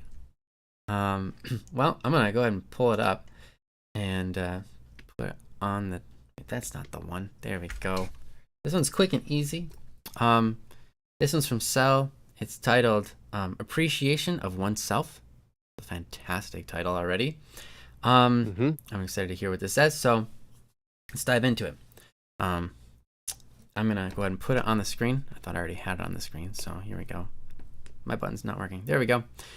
All right. It reads as follows: what are ways that people can learn to appreciate their own bodies and not see themselves subjectively? What are ways that people can learn to appreciate their own bodies and not see themselves subjectively? Now that is quite a my button's not working. Quite a important question. I think one that the many of us have definitely struggled with, and so I think I'm excited to see what comes out of our mouths on this subject. Yeah, and I think that this is definitely, again, an issue that the world is ought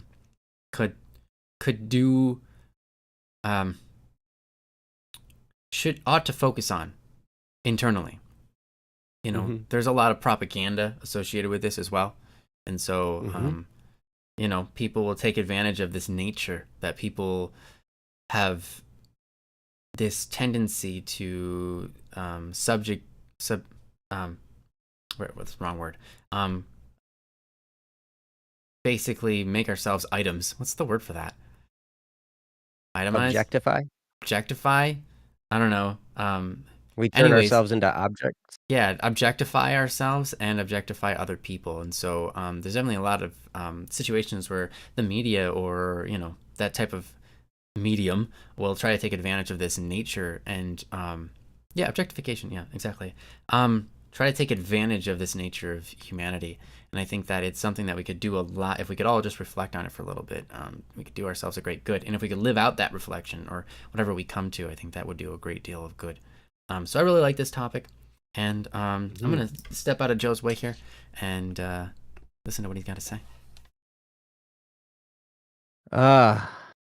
Sal, I see what you're putting in the chat, and I'm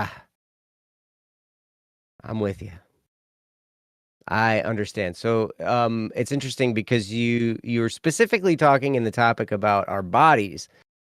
And with that, like Ryan was talking about, there's so much out there in media and social media and mainstream media and movies and TV and everything like that, and all this stuff about like, we all should look like this perfect specimen of human, we ought to look like Greek gods, on pedestals and stuff, it's crazy, right? Definitely not Norse gods though, because those guys are ugly.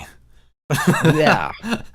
Sorry there. Just the Greek ones. Yeah, right? Just the Greek ones. Just being born out of a giant's armpit you have to be born out of a kneecap. And then you're Greek. Sorry, mythology's weird, guys. It is interesting. So as far as bodies are concerned, we have a body that we've been given, right?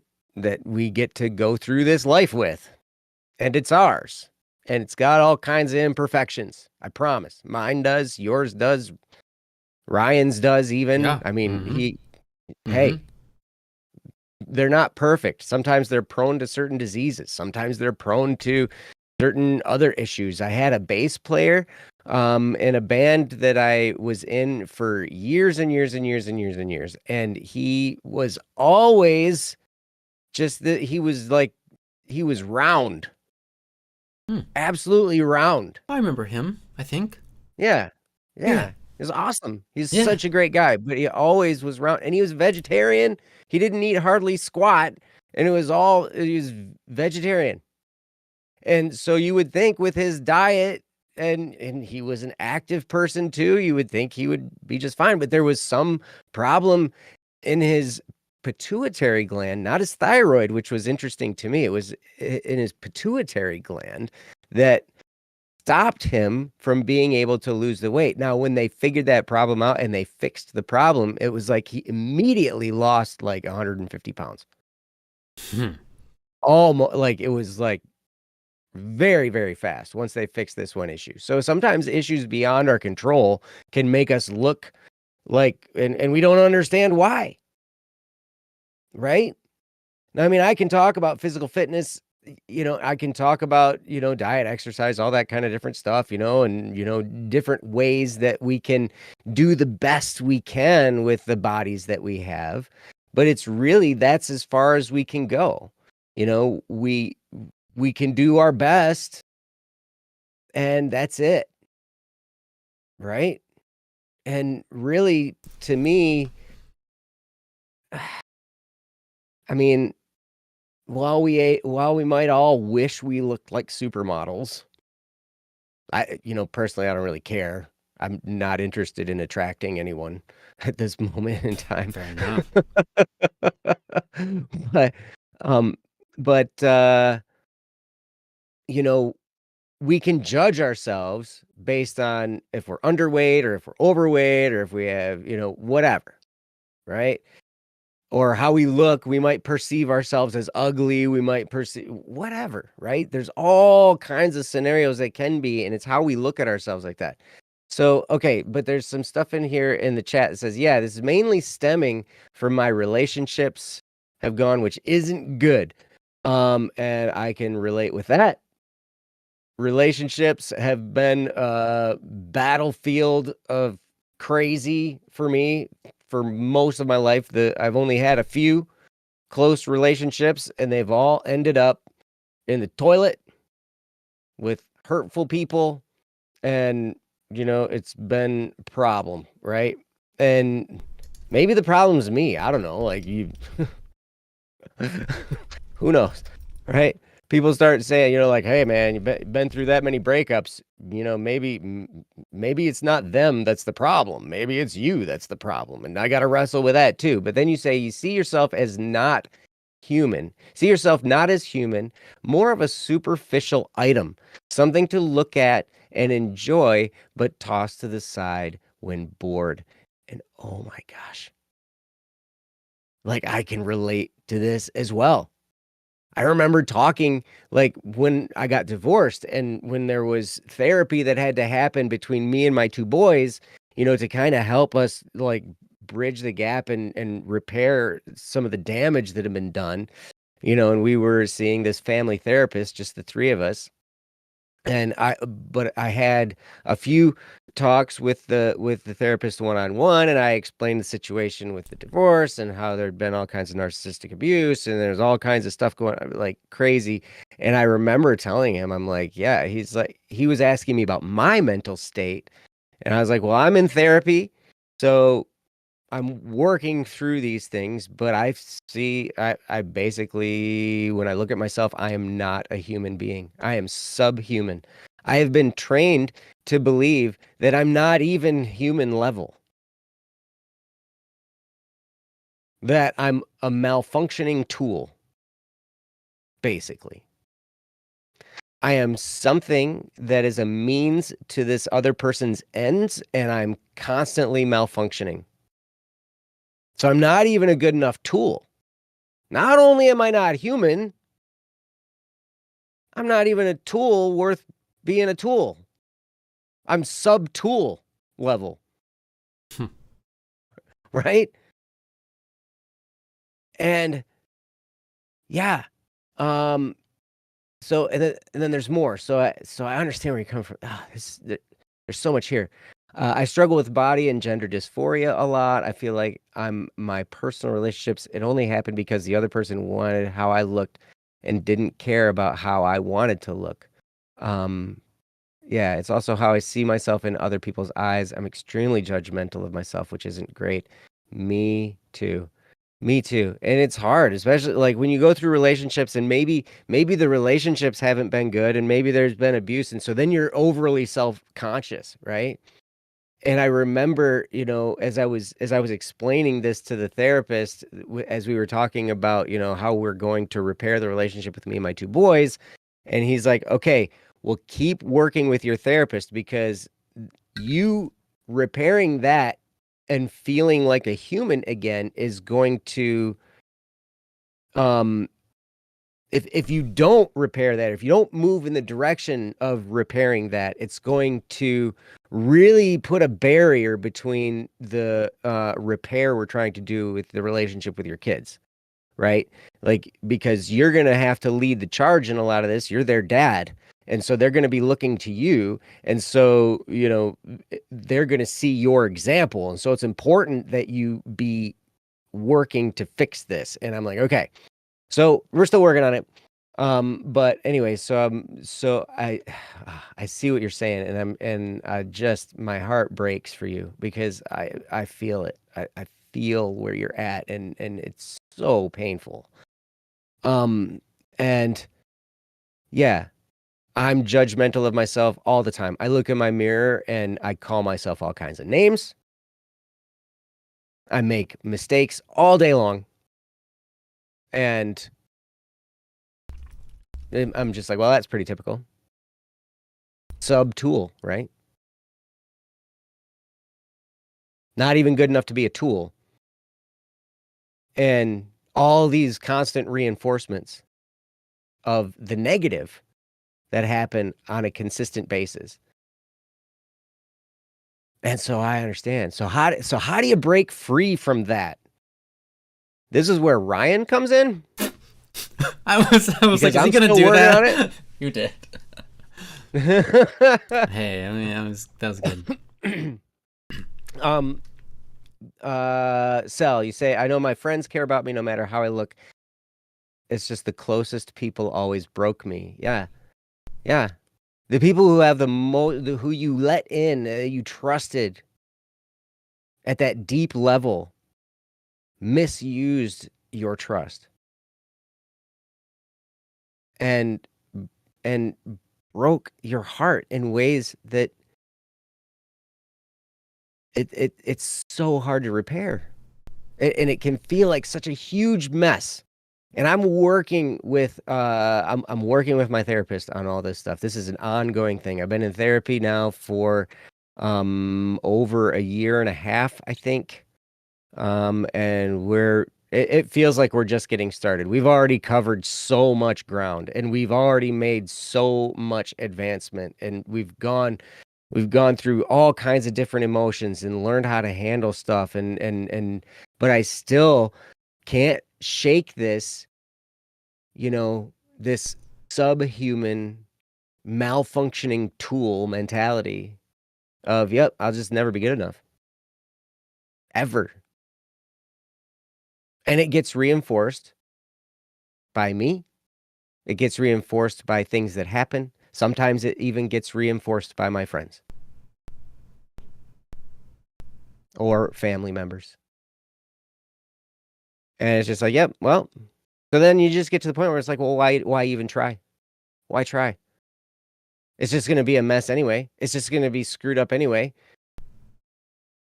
I'm going to present it to who it matters, and they're going to, make fun of it, or they're going to tell me how it's all wrong, or they're going to tell all this stuff, right? And it can just be heart-wrenching, and it can be so damaging. And so what's going on in your mind, I can relate to so much. And what I can tell you is you're not alone in this. This happens to more people than just you. I even get told by people, how great I am sometimes. Like they're like, "Joe, you're awesome." And I don't believe them. I can't believe them. And whatever, like there's this weird mental block that I haven't been able to undo yet. But I'm working on it. I'm trying. And it's quite a journey. But that's, it goes with the territory of one of my friends was talking to another friend, and we were working through an issue just recently, and Steve actually pointed out to this other friend, just like, Joe's brain has been so messed with for so many years. He's going to take some time. And I'm sorry, but we're just going to have to deal with, some of this side of Joe for a while, because he's got a lot of healing to do. That's going to take a lot of work, and he's working at it. But I'm sorry, I don't have any other better way to say it, except it's going to take time, and you're just going to have to deal with it. So, but anyway, I'm going to turn over to Ryan. Ryan is a tremendously encouraging person, and he can speak truth into someone's heart like I have not seen in very many places. And he just has such a profound way of doing it. So hopefully he can offer you more than just, hey, I feel your pain and I wish I had an answer, but I don't. And I'm sorry, but I know where you're at because I'm there too. Fair. So Ryan, Yeah, have at it, man. I'll give you my best sell. It feels like, I'm gonna be honest with you, there's a lot going on here, and it feels like a topic. Well, first of all, I'm glad that Joe went first. I think that's really good. Because first of all, it's good to know that you're deeply related to, and that this is a thing that is real. You're not just experiencing it in your brain as a hallucination or a something you made up um completely. It's something that's real that a lot of people experience. And part of this is biological, meaning it's natural for humans to pay attention to where they sit compared to their ideal. It's natural for humans to pay attention to where they sit compared to their surroundings. You know, when you go back to maybe an age of time where people were all, you know, tribal, right? Mm-hmm. The guy at the top gets all the ladies, um, or you know, the girl that's most known or most beautiful gets all the men, right? Um, Mm. and that was a sign of good, and also tends to be that the person with the most charisma or the most success tends to be on the top and the one ruling everybody, right? In the tribe, and so we have this natural desire to want to be there, and that's innate in our humanity to want to be the best, and then to juggle that against reality and recognize what we aren't. And so it's a very natural thing to look at yourself and go, well, I'm not that, so therefore I'm not good. I'm not I'm not perfect. I'm not even close to perfect. I can't even do the jobs that I think that I can get done. Like I'm falling behind on all these things, and you look at yourself and you are only left with the feeling of like, well, I guess I'm just not a good human being. And not good as in like I'm not very holy or kind or whatever, but like good as in like I'm not effective. And so there's a couple of things that I want to try to say to help combat that. And the first one is this. In the world, we can track history and we can track human development. We can track the general culture of a populace and see where they're doing or where they're at and how they're doing mentally. Um yeah, like you're just built wrong, right? Like you were built incorrectly, right? Yeah, I get it. Um so here's something rather strange. We have incredibly high suicide rates in Korea and Japan. And there are many speculations on why that is, but all the speculations come back to one thing. Because you can see, oh well, people in Japan and Korea are there's so much stress on them in their young lives. There's so much stress to like have super high grades. There's so much stress to get a job. There's so much stress on the job that they work like 20 hours a day, and they don't get any days off, and they're overworked and they're just pressured. And it's like, okay. And then there's other theories. There's lots of different reasons that people can point to, but they all kind of come back to one thing.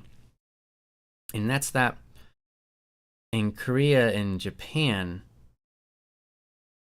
they are currently pretty successful countries. I mean, they had a time where they were more successful or less successful, right? They're changing. But one of the one of the ideas in the culture is that people's value, your value as a human being, is based upon how effective you are or how good you are at your work, how successful you are. right? Your value as a human being is proportional to how much work you can get done for your community. And if you can't get work done for your community, then you are not a valuable human being. That's why you see so many anime about NEETs, who are the bottom rung of the ladder. Because in Japan, truly, I tell you, like, they, now maybe not this, they're slowly evolving beyond this, but a large portion of that culture, not that they would say they believe this, but internally in here, they do believe that it's true, that if you don't have a job and you're not working and you're not doing anything for your community, why are you alive?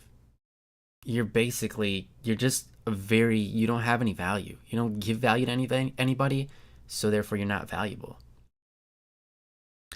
And that's rough. That's really rough on a human being.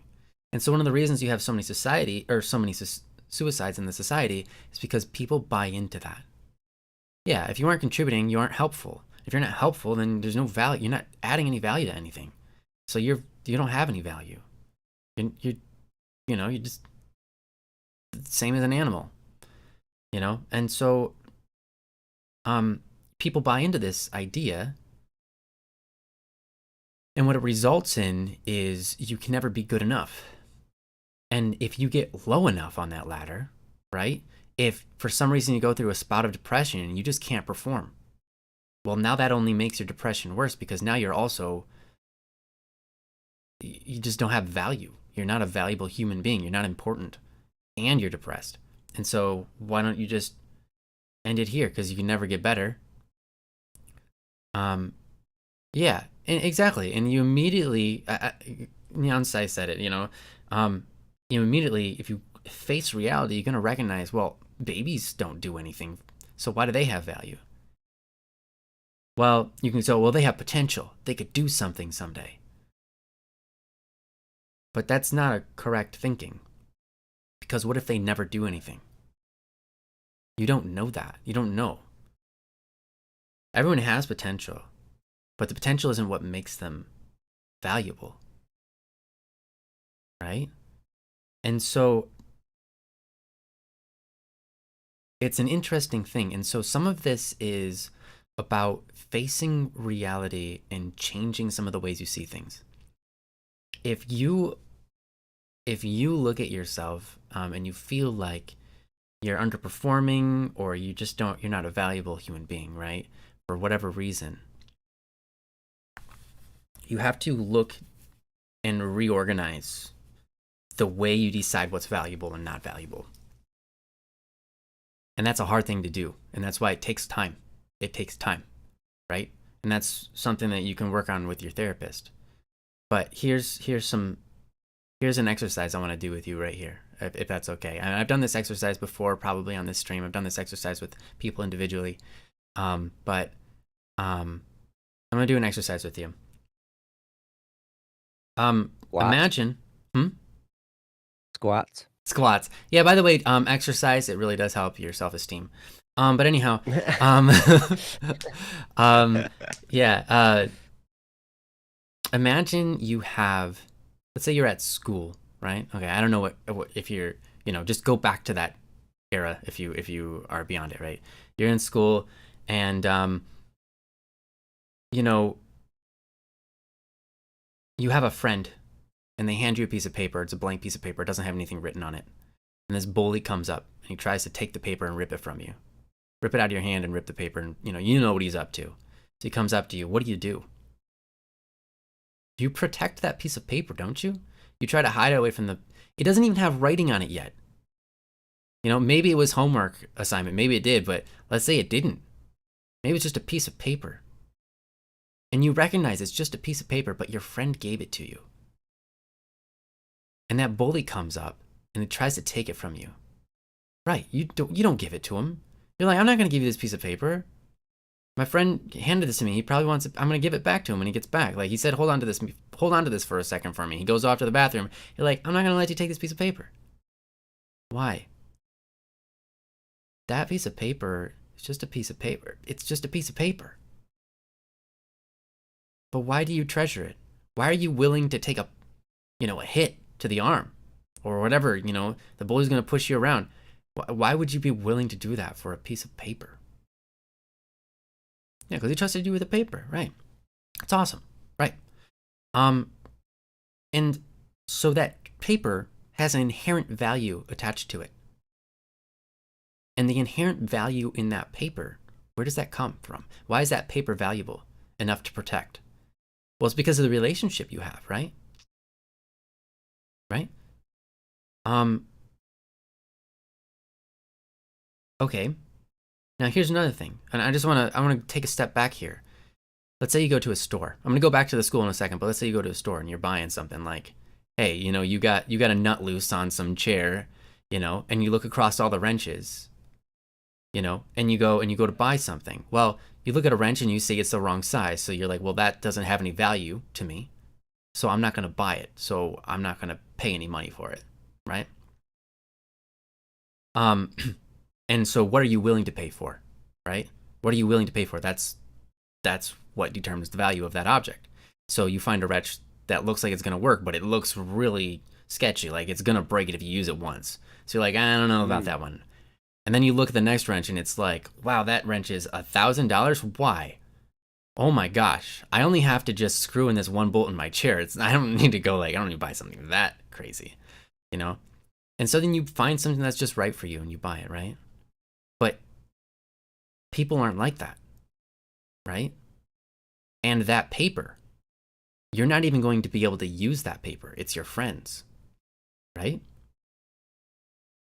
So we can't treat people like they're wrenches or they're tools, right? And we can't treat ourselves like we're a tool either, right? You just can't. You just can't. It doesn't make sense because there's nothing you can do to buy yourself. There's nothing you can do to buy yourself. So you'll always be on the, oh, I'm not getting bought. No one's buying me. I'm not buying myself. Therefore, I don't have value. Right? And so that's where you sit. Maybe that's where you sit right now. So you have to let go of that idea and drop it and say, I'm not a wrench. I'm not a tool because it doesn't make sense because I can't even literally buy myself. And I can't, and other people are not going to buy me. Because if I go with that idea, then no one's important because we don't have slavery anymore. And slaves were the most important because they were the ones being bought. It's like, that's so weird and backwards and broken. So we can't think like that. And we can't think that way about ourselves, right? Yeah, right. It's really hard. But so go back to the paper, all right? Now let's switch it around. A bully comes up to you. The bully, right? He hands you with a piece of paper. He hands you a piece of paper. It has his homework written on it or something. Or maybe it's blank, doesn't matter.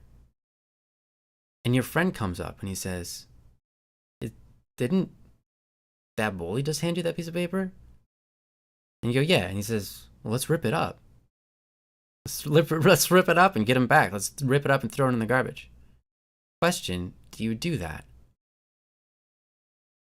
Well, that's an interesting question because if you've had, you'd say no, right? And I think most of us here in this chat, that's not okay, right? Most of us here in this chat. Now, there are people who would. There are people who have a lot of envy and spite and anger, and anger used wrongly, and they just want to rip it up and throw it away. But that's not you, right? You understand that it's like, I'm not going to do something mean to him just because he did something mean to me. Yeah, an eye for an eye makes the whole world blind. Yeah, exactly. So now all of a sudden, this piece of paper that a bully handed you has value, but it's not because of the relationship you have with the bully, is it? It's because of the relationship you have with yourself. Because you know what's right and wrong. So suddenly, pieces of paper have value based upon your own relationship, which doesn't have anything to do with the paper. because the paper isn't receiving.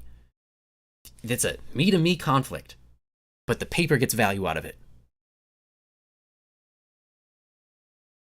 How is that possible? Right? Yeah, right. And so it's this really weird exercise, but I'm taking you through it because I want you to understand that when you look at yourself and you're trying to identify your value, you don't you can barely comprehend it. And so if you come up with any answer that doesn't feel right because you don't feel good at the end of it, you're probably wrong because it's confusing. But the truth is, because of my relationship with myself, I create value in the things around me. Because I have the ability as a human being to place value on things. And I have the ability as a human being to lift things up around me and make them more valuable. So when you think about yourself and you say, I don't add value to the world, you can think about that piece of paper. And the fact that you're deciding to be a good human being creates value in the objects around you, right? Now, how much does that do for the people around you, right? Now, because you can find value within yourself and you can treat yourself well just by being a good person, by going like, hey, I'm going to be a good person today. I'm going to do what's right. Suddenly, what happens? Suddenly you add value to the world around you, right? But that doesn't make you more valuable. But what it does do is it makes everything around you more valuable. Okay? So that's bizarre and amazing. That's crazy, but really cool. So I think rather than trying to tackle the objective of where's my value and how valuable am I, recognize that the more good you decide to be, the more you lift up everything around you, and you're adding value to everything around you, and then you have a good impact on the world. And that's wonderful. And that's the kind of impact you strive for. That's awesome. So what I want you to do is continue to be that. You don't have to put a label on yourself. And you don't have to let other people put other labels on you, right? You don't have to look at your body and say, well, this isn't a good body, or this isn't the body that I wanted to be with. You don't have to do any of that because none of that matters when it comes to the fact that if you decide who you want to be and you make that person a good person and you act that person out, but the shape of your body doesn't do anything. One of the most influential people of the last 1,000 years was Mother Teresa. She wasn't even that long ago, right? She didn't exist 1,000 years ago. Mother Teresa, she would go into places and just help people out. She would go to the poorest of the poor in India, and she would just do her best, and people would hate her for it. The people she was trying to help would say, "Get away from me! I don't want your help," and they would be mean to her. But then she just kept on doing it. She kept on doing it, and she made such an impact over the world, and she became one of the most influential people in the world. Yeah, why would people hate it? Because they have pride. They're like, don't help me, I'm not a charity case. It's like, well, you kind of are. We kind of all are. So that's why I'm here. We're all kind of in this boat together, and we're all kind of broken, and we're all kind of a charity case. So, yeah. And so, go find pictures of Mother Teresa and tell me if that's what you expected her to look like. She's a beautiful person. And you can see her radiating with that beauty when she smiles. And so, because that smile that she has is so real, and it touches you, and it's beautiful. And it's beautiful in the nature that it is good. Right? It's not beautiful because it's attractive, though it is. It's beautiful in the nature that it is good. It's a pure smile, right? But look at her flesh. It's not perfect. She has wrinkles. She has blotches. She has, just different defects. Her skin doesn't have to be pure perfection to be perfection, because the nature of value goes far beyond the nature of tools, the nature of attraction. It's something so much deeper and so much more beautiful. And to reduce it to an object, right, is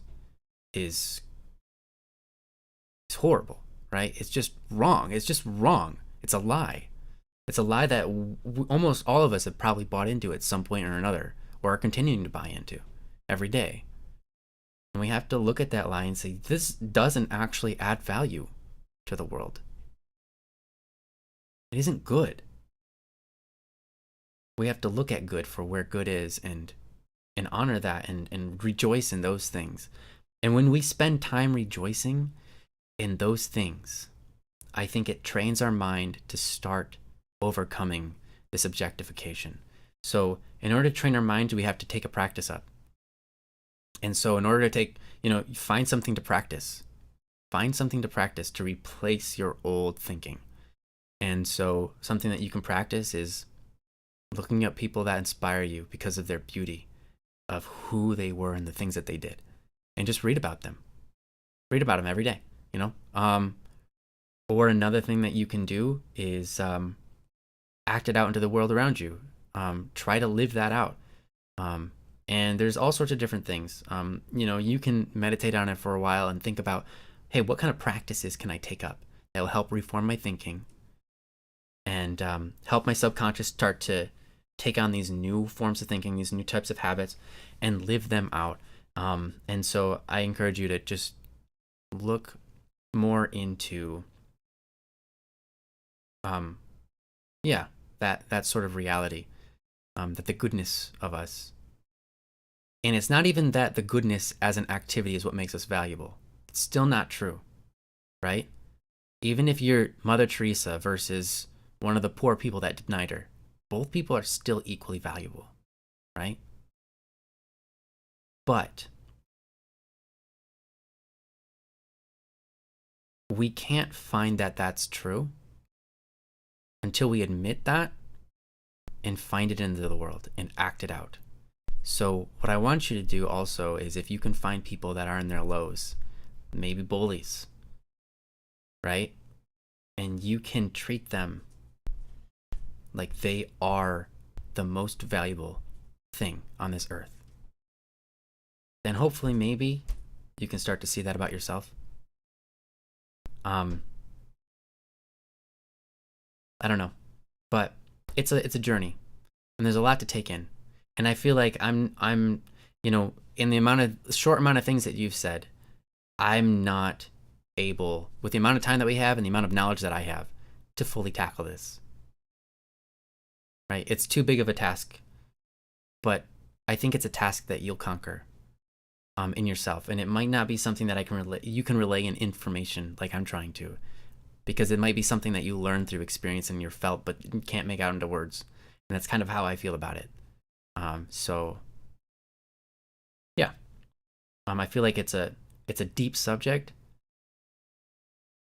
with a lot of intricacies, and it's not something that I can tackle just right now without a lot of preparation and study. That's fair.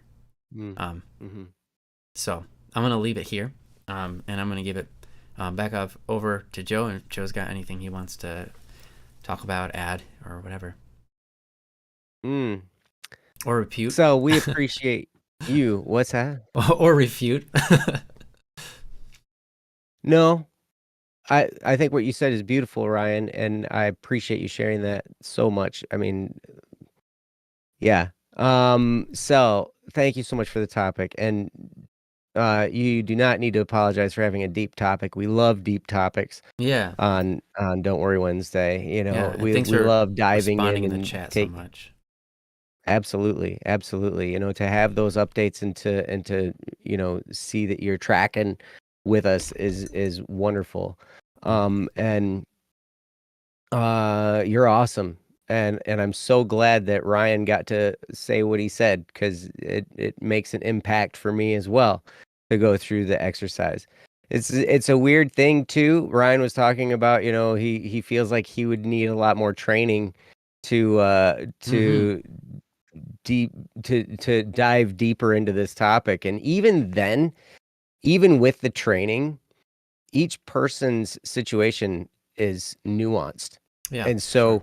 so, what impacts you a certain way is going to be different than what impacts me a certain way. And, something might flip the light switch on in your head, something that gets said, and it might be different for someone else depending on their situation, depending on what they've had to experience, right? And so different things are going to impact different people differently. I just said the word different a lot. Different things are gonna impact different people differently. Yes, everyone is unique with a different situation. Absolutely. Mm-hmm. Absolutely. We've discovered this time and time again. Like I was talking about my best friend Steve, he and I both went through a divorce at the same time. Mm-hmm. I filed my divorce first, That's and he right. finished Finished his his divorce before. first, Yeah. which made me kind of like, it was weird. But anyway, we went through, it was the same, we were in it the same time period. And we're both, kind of in that healing mode, and in this whole, mentality of having these controlling ex-spouses, and, like, and it's funny, BSS is about to, like, families are growing. There are two babies about to be had, real soon in our Mm-hmm. company, like, and me and Steve are just like, oh, these people are having their babies with their wives, and ugh, disgusting. Disgusting. Human to human contact. I know. Ugh. Right? But anyway, so where I don't know, those darn obsolete babies. I don't think babies are obsolete. Yeah. No, no. Mm-hmm. It's just the relations that bring about the babies. Yeah. Yeah. Um Babies, am I So right? So overrated. overrated. No, it's a wonderful time. It's great. Yeah, I it is. love kids. I love it. It's wonderful. But it was just, this connotation, like he and I are just kind of like we're in this, swamp You're not. Yeah, mentally a together, funk right? And swamp. so it's just like, yeah. So, hey, it is what it is, right? And we get handed these situations to try and learn and grow from, right? And it's crazy. I don't necessarily always have all the answers. And, you know, hopefully through experiencing the challenges that we all go through, we can help others with theirs. And that's really the qualifier that Ryan and I have discovered. Well, how are we two musicians qualified to do a show like Don't Worry Wednesday? And it's Mm. because we've been through challenges, right? And we continue to go through challenges, and Mm-hmm. those challenges give us perspectives. And then we've had people help us through challenges. Oh And yeah. then those people provide insight from an outside perspective, which is valuable, because when you're in the middle of something, you're blinded to all these other aspects that are going on, you know? Like, you're in the middle of this situation. And so Ryan took this exercise to help you look at it a little bit more objectively. Mm-hmm. So you're not seeing it from your own perspective uh, as much. You're seeing it from a different point of view. And what that does is that sheds light on the whole thing for you, for all of us. So then, we can hopefully take that and attach it to our situation, and hopefully heal certain areas. And you know it's what it's all about. This is what we're here to do. And Belle, thank you for having the courage to share. this topic. Thank you for having the courage to let us dig into it and to let us poke at it and to describe different aspects of it. And I'm surprised I didn't start crying while I was talking. I was a little close, but I'm surprised. And I'll tell you, it's this topic is near and dear to my heart because I understand your pain at a deep level, and I know how deeply it can hurt, and I know how despair can creep in. I was just talking to a priest last week. It's funny, like, we're in the season of Lent. I don't know how many of you guys are Catholics, but we're Catholics, and we're in the season of Lent, and Lent is a time of, a lot of people give something up for Lent. But what you can do is you can also adopt a new practice for Lent. And I was talking to my brother about this today, and he's like, "So what'd you do for Lent? Are you like, did you stop eating?" And I'm like, "Well, I did for a little while, and I figured out that wasn't working. So I had to change my Lenten practice, and I still don't quite have it figured out. We're like halfway through Lent, and I still don't quite have it figured out. But I've been to confession like every week." That's pretty good. Wait. Well, that's pretty good. So you're sinning a lot more, but hey, you're getting into that now. I'm just kidding. Hey, you know what? It's what it is, right? So whatever. But I was talking to the priest, and like when you are in a state of despair, everything is skewed. Everything is messed up. Nothing seems worth it. Nothing tastes good. Nothing seems like it's ever going to be good again. It's all a waste. It feels like sometimes. And to have someone like Ryan walk you through this simple piece of paper exercise that can make such a huge impact is great, man. That's awesome. Thank you for that. Yeah, thank you. It was an argument I had to have with myself one time. So thought it was very, very good. So anyway, Sal, I just applaud you so much. It takes courage to share. Yeah, thank you, Sal. A topic like this, and then to stick in the chat and to give us kind of a play-by-play as it's going through. Like, hey, it's awesome. So that's all I have left to say is thank you. Thank you so much. And my heart goes out to you, and I'm with you. So that's it. Yeah. Back to you. Awesome. Perfect. Well, thank you all so much for joining us for Don't Worry Wednesday. Thanks for staying with us, even though we went half an hour some over. So we appreciate that. We love seeing you all. Thank you for all the, fun in the chat. You guys were talking quite a bit, and that was really great to see and read what you had to say. So, oh yeah, you're welcome. Thank you so much. And yeah, this is our favorite part of the week, so we love doing this. So yeah, we appreciate you guys. We love you all, and we hope to see you guys next Wednesday. If you would be so awesome to join. But if you can't, don't worry. You can always watch the stream after the stream is over if you like to. You can. All right. But you know what? You would have had to watch the whole stream and get to the end to know that you could watch the stream later. Because Ryan just said that at the end of the stream. Yeah, what do we... Can we should say that whole episode and just start... Can we start over? Can we say at the beginning? Nah, that probably won't change anything. Starting over. New Don't Worry Wednesday. Hey, welcome everyone. It's Don't Worry Wednesday. This is the show we do on Wednesdays. Yeah, it's the show. Okay, anyways, see you guys. We love you all. We hope you have a wonderful rest of your weekday and weekends. And yeah. Bye now. Love you guys. Love you. Peace.